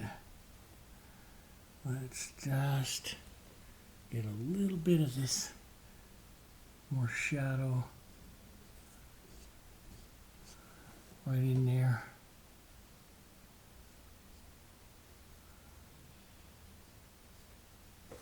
There, that's kind of neat. See, I like those little light. I just barely touch the surface and lift immediately off, and I get those little lights. And I like those. And here we'll build up just a bit more. Right there. I don't have that chest really as well on her emulated as well, so I'll set some more dark here.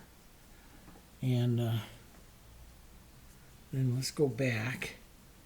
A little light coming down. There. And so if you feel like you get too much of the light and the streaks aren't showing up, you need more shadow. And I kind of need more shadow here on her to make those show up a bit more here. So which is that a beautiful shadow, that burnt sienna and green. And if you want it cooler or darker, add just a touch of blue. That'll give you the deeper shadow here. There. And so we have that kind of dark right here that's reaching up. And a little bit of it coming out here. If it doesn't slide very easy, just loosen up your color with a little extender. But it does thin it out, but it will loosen it up nice for you. There we go. That's getting closer to what I wanted.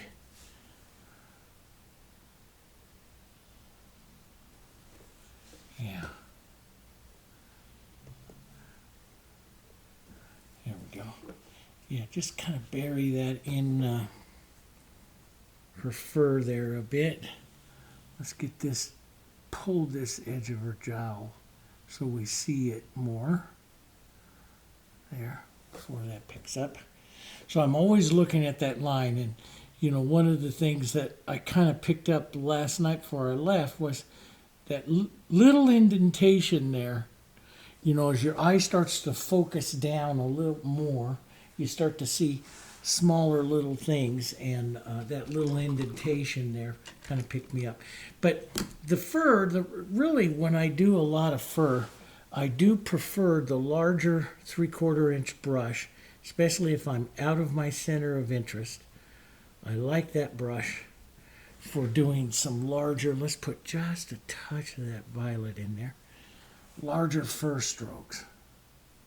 And this is what I mean. I like to get some of those, that mark in there. So I'm gonna add a few of these here. And she's a short hair, so you don't have, not like the German Shepherd that I did, so you're not going to have like long fur. So, you know, I painted a couple of Goldens on the channel, and they're different and have a different look there too. But so she's a short hair though. She won't have a tremendous amount. And push just a little light right there. Even though I may not see it completely on her, I'm going to push that light source in there just a bit more. Get that open medium in there. That'll just gives you a beautiful array of strokes here. Just beautiful. So how much do you do? You don't want to make her too hairy, but you know, it's just kind of nice to get some of it in there. And if I feel like I get too much, then I take a medium tone, medium to light tone, and I just start going through a little bit to lighten and soften. Push back my shadows a bit to lighten and soften what I see. And because she's overall lighter, okay, so we'll lighten and soften just like I did across her forehead today, you know, pushing that in and softening that out, right? So yeah, it's kind of, and then let it dry before you make your final decision. You know, let it dry and see what she looks like, right? Or whatever your dog, your painting looks like. There we go. Yeah, I like that on her. And a little darker swinging around right back here. There we go. That's good. Maybe just to bring this back, more of the dark, burnt sienna and green, maybe a little blue. Doesn't take much light in it. If you're too light in value, it will look ghosty, cloudy. Okay, that's why you know you're too light in value. So if you're too light in value, putting it back there, it'll look like a cloud or a ghost. Okay, so you're too light, and so you got to fix that. Let's take a little dark right back in there, right over the edge. I want that to slowly fade away back there, just like that. Okay, so I have that. There's a bit on her nose I want to fix, but while we're doing this, I'm going to get rid of that dark out of here. If I rinse in water, I go over, always poke it into some extender. Water, you're very specific about where you add water. I use it to make something transparent and dry fast. I don't want it in these areas that I'm working because it will dry fast. Okay. Now I'm going to pull down some blue, some white, and some of my neutral. This is the kind of bluish tone that we did use. But since I put that bluish and blue violet in there, I'm going to add some violet to this and lighten this just a bit. Let's see where we are. See, we can come in and we can start looking and you'll go, oh my goodness. You know? But it's contrasted, so you sit there and you say, okay, that's a bit much. Let's grab some blue and some violet. Let's darken that down a bit, maybe warm it with a little burnt sienna, and then we'll paint into that a bit. So we go more to that blue and violet, and we'll push that out here. And I love to leave some of the strokes in it. So you'll see in other paintings I leave strokes. I actually leave the brush marks of those colors in. And usually I use a larger brush, so I'll soften these just a bit. But I want some of this violet color showing up in here, which is coming from her collar. A little more blue coming from her collar here.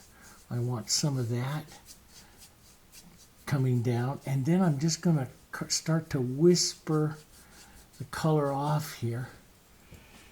So I want to pick up some of that violet. See, it picks up that color of her collar right over there, right? And I like that. I do like that. And it's going to dry down.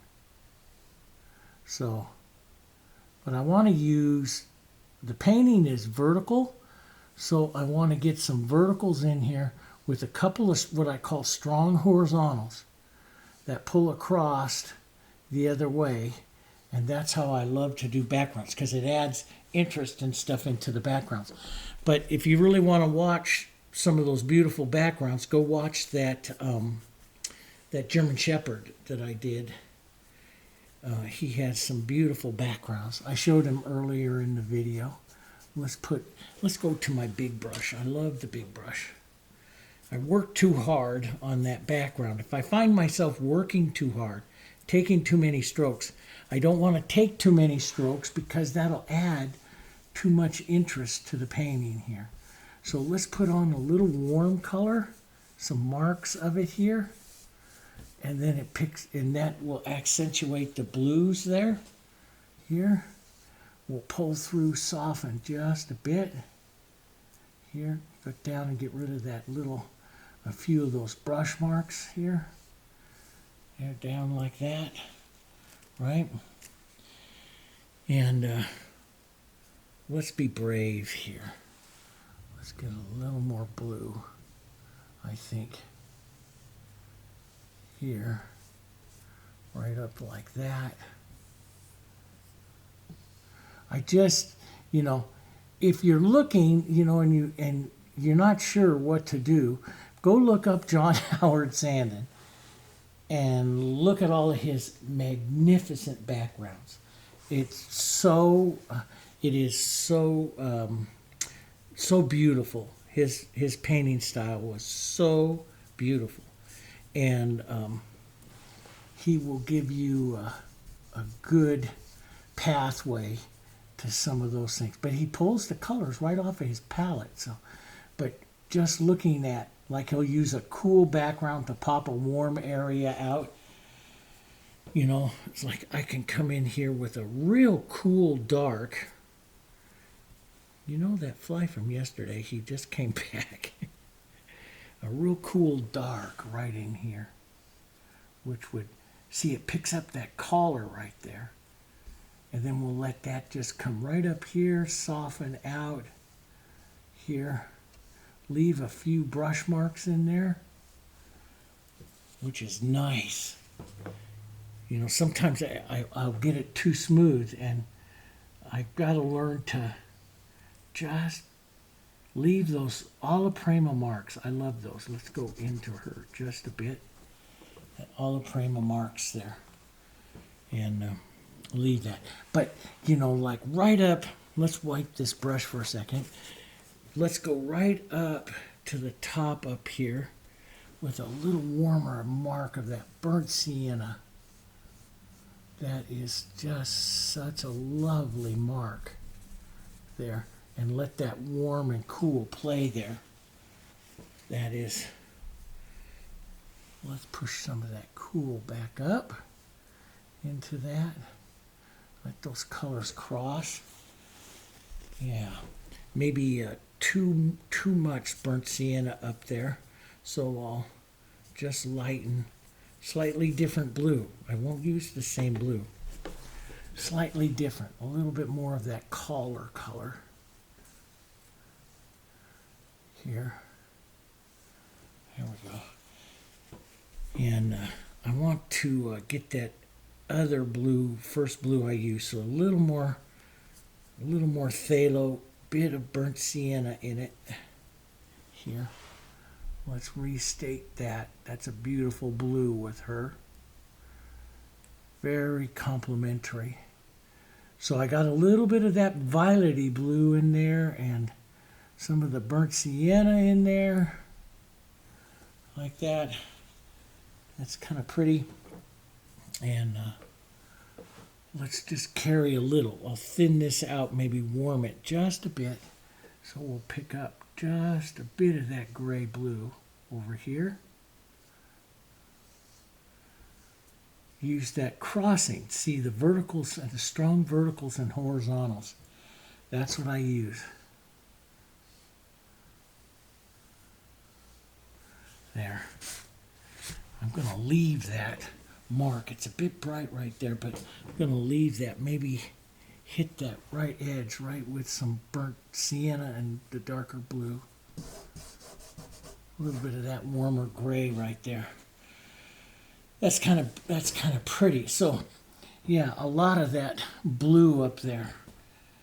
That kind of works. Now, so I like that, and I don't think I'll touch it. But, you know, one of the things is you can go back, so you can let that dry, put a coat of extender, go back, work the colors, a little open medium in them, and try some other strokes if you want to leave some movement in it.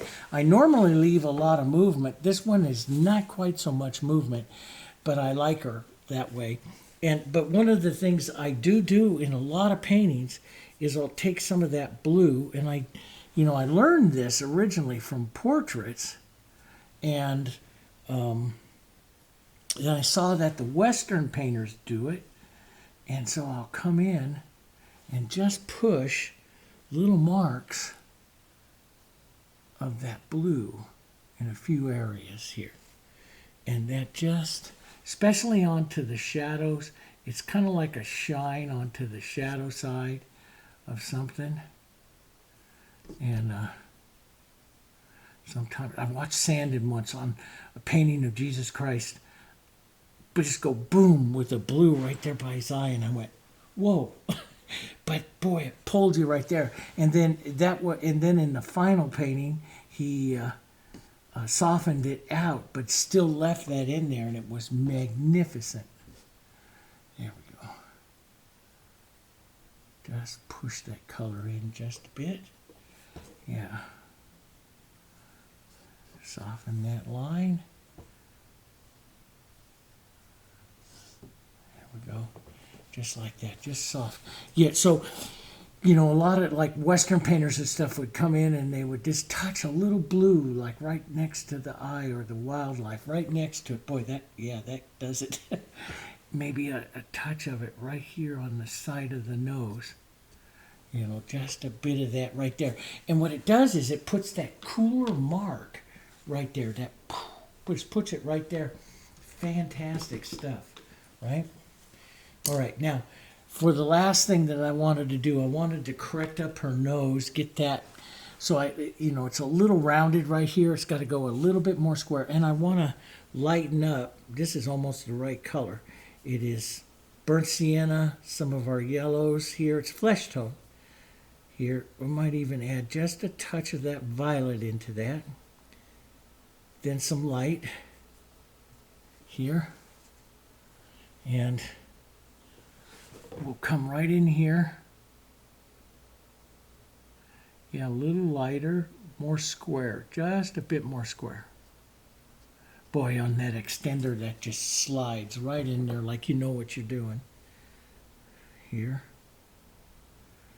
A little bit darker, right on that bridge of the nose. Right there. Let's tap in a little more light. Yeah, so she's been a lot of fun to paint. And so what, it's been about 4 hours or so of a painting for her, and that's about right. I'm getting a little faster with them, and that's not always a good thing, but you still have to have time to reflect on them and look at them, because you'll start to see a few things. Maybe you could correct, small lines that you could correct and do a little better. But like I'll look at this. These colors, like these flesh tone colors here, they dry down. So, I might have to repeat this area again. Just tap that brush a bit so I keep that mottled color in there. A little darker right here. Nice little half tone. Just tap right along that side. Get that half tone right there. That's a little closer, a little better. Her highlight mark there is still a little lighter, but I think I've captured, overall I'm pretty happy with it. I've captured a good look for her. This can go in my office. I'll frame it up. I'll put it in a linen frame and frame it up, I think. And yeah, I do like that little simplistic here. Just a little simplistic of that the idea of that loop of a collar there. Not too much. A little softer there. Just the idea of it there. So gives a reason for it. There is more of a buckle and stuff there, but I think that's all I'm gonna put on there is that here, and just leave it like that here. Just leave it like that, Dave. You just can't help but play. So hopefully you guys enjoyed it. Okay, thank you very much for joining me on this Kipper journey. I like that. And soften that blue mark out just a bit, and it will dry down, so let them stick there for a little bit. But yeah, I do like it. So she's a little more contrasty, in here through the eyes. You could soften those out, but I do like that, and I do like this upper brow stroke. And the one thing that you look at stuff like that and you go, well, her upper brow stroke, look at that, it could straighten out just a little bit. Got a little bit of a dimple in there, so you could straighten that out just a bit. maybe not completely as light as I have the other stroke. And that straightens that out just a bit. Those are all the expressions. And I used to teach a class on expressions about where you put those lid lines. Too low and they get sleepy, too high and they go, oh, they get too excited. You know, and how you change the expressions or capture. But she is a wonderful dog, and she always has this slight worried look to her, and that's her. That is exactly her. And I just absolutely love it. And there are a few hours, you know, like this keeps drying down a little bit. Sometimes with the light, you have to do it several times. Maybe a final little small light white that you put in there. You know, I mean, that's up to you. But it gives her a little more contrast, advances her face just a touch more, you know.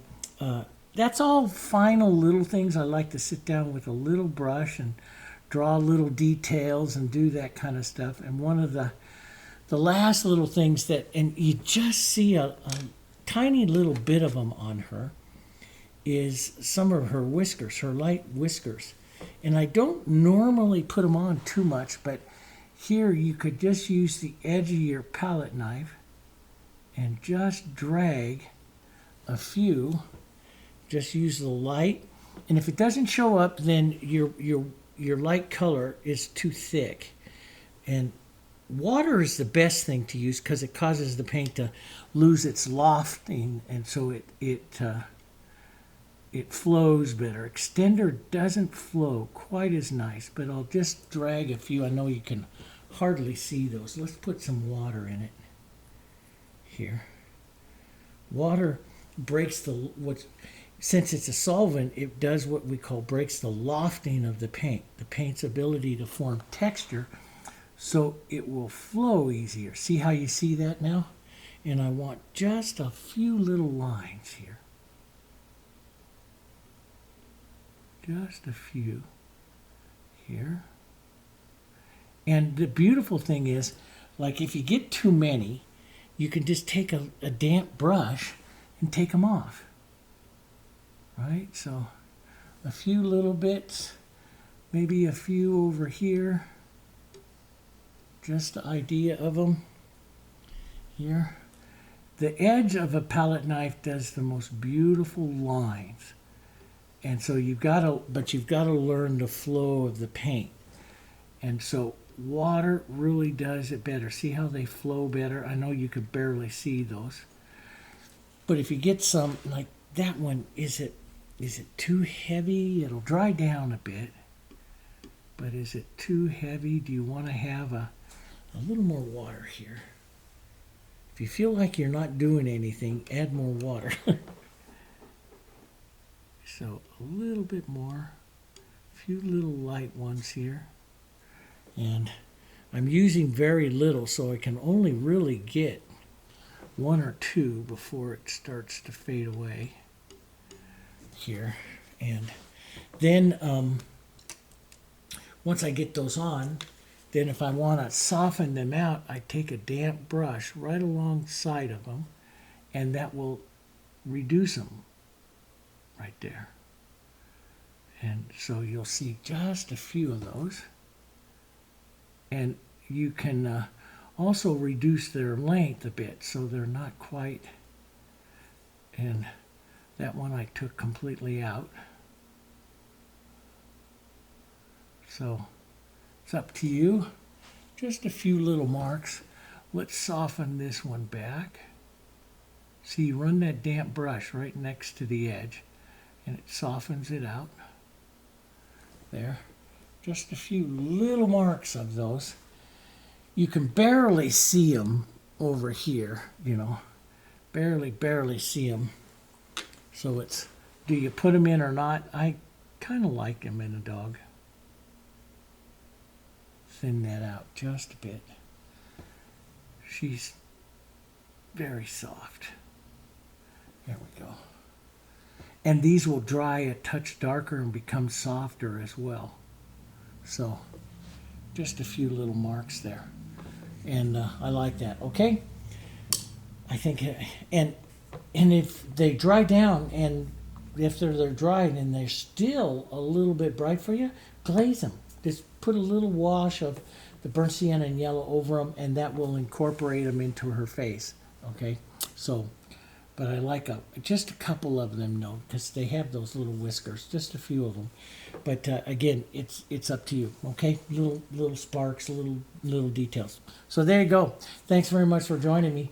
We're gonna talk a lot about portraits, portrait mixes. I'm gonna do some special videos on portrait mixes, making flesh tones with the Heritage. Some of the colors and stuff that Sandin used, Jansen or Sargent. We have palettes and stuff to mix those. We will do some portraits. I'm going to do some other animal portraits and go through all of the basics of portraiture, painting these things, looking light and dark, because there's 100 different ways to start and progress a painting. And so now, like when I paint Kipper here, I like that Bister technique. I discovered that, and I used it on a Loomis painting, and I really like how it came out.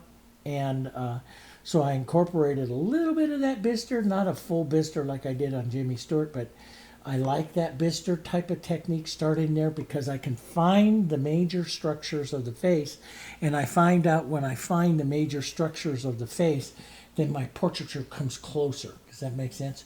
And like I said in the video here, the key to doing it is you each time you go through, you step a little closer. You don't try to jump all the way to the end and make it in 1 or 2 brush strokes. You take it a little closer, take it a little closer, slowly refining those colors and those tones, and not always following exactly the same mark. And that's what gives you all of the beautiful, see how this is drying down now. That's what gives you all the beautiful tones that you're going to see, on her and on your animal there. So anyway, that's how you do. So thanks very much for joining me. Make sure that you subscribe to the channel. We're going to see those. If you want to follow along with the entire lessons that were basically artistic foundations, is what we're going to call it. You can join our free school network. I'll put a link in the video description below. The free school network, you just come on over there and you just sign up, and you're in there, and you can post photos. You can see everything there. All of it is free. I do have some of my online classes if you want to further study more in depth on some of the stuff that we do. But come over and join us in school. It's a lot of fun. I only teach in the Jansen Art Heritage acrylics. I have some in there that paint in oils and stuff, but I haven't used oils in 30 years, so I'm not that versed with it anymore. Paint is, we use the same pigments and stuff in the paint that oils and stuff do. So I just tap that just back just a bit. So that's, you can use oils in a lot of things that I do, but I can't help you with like the lessons and some of the techniques. Okay, but I use the Jansen Art, our particular acrylics that I formulated 18 years ago, and you can see it looks like oils. Okay, it's a lot of fun. All right, thanks very much, guys, and I'll look forward to seeing some of you over in school, and if not, I'll see you on the next video. You take care. Bye bye.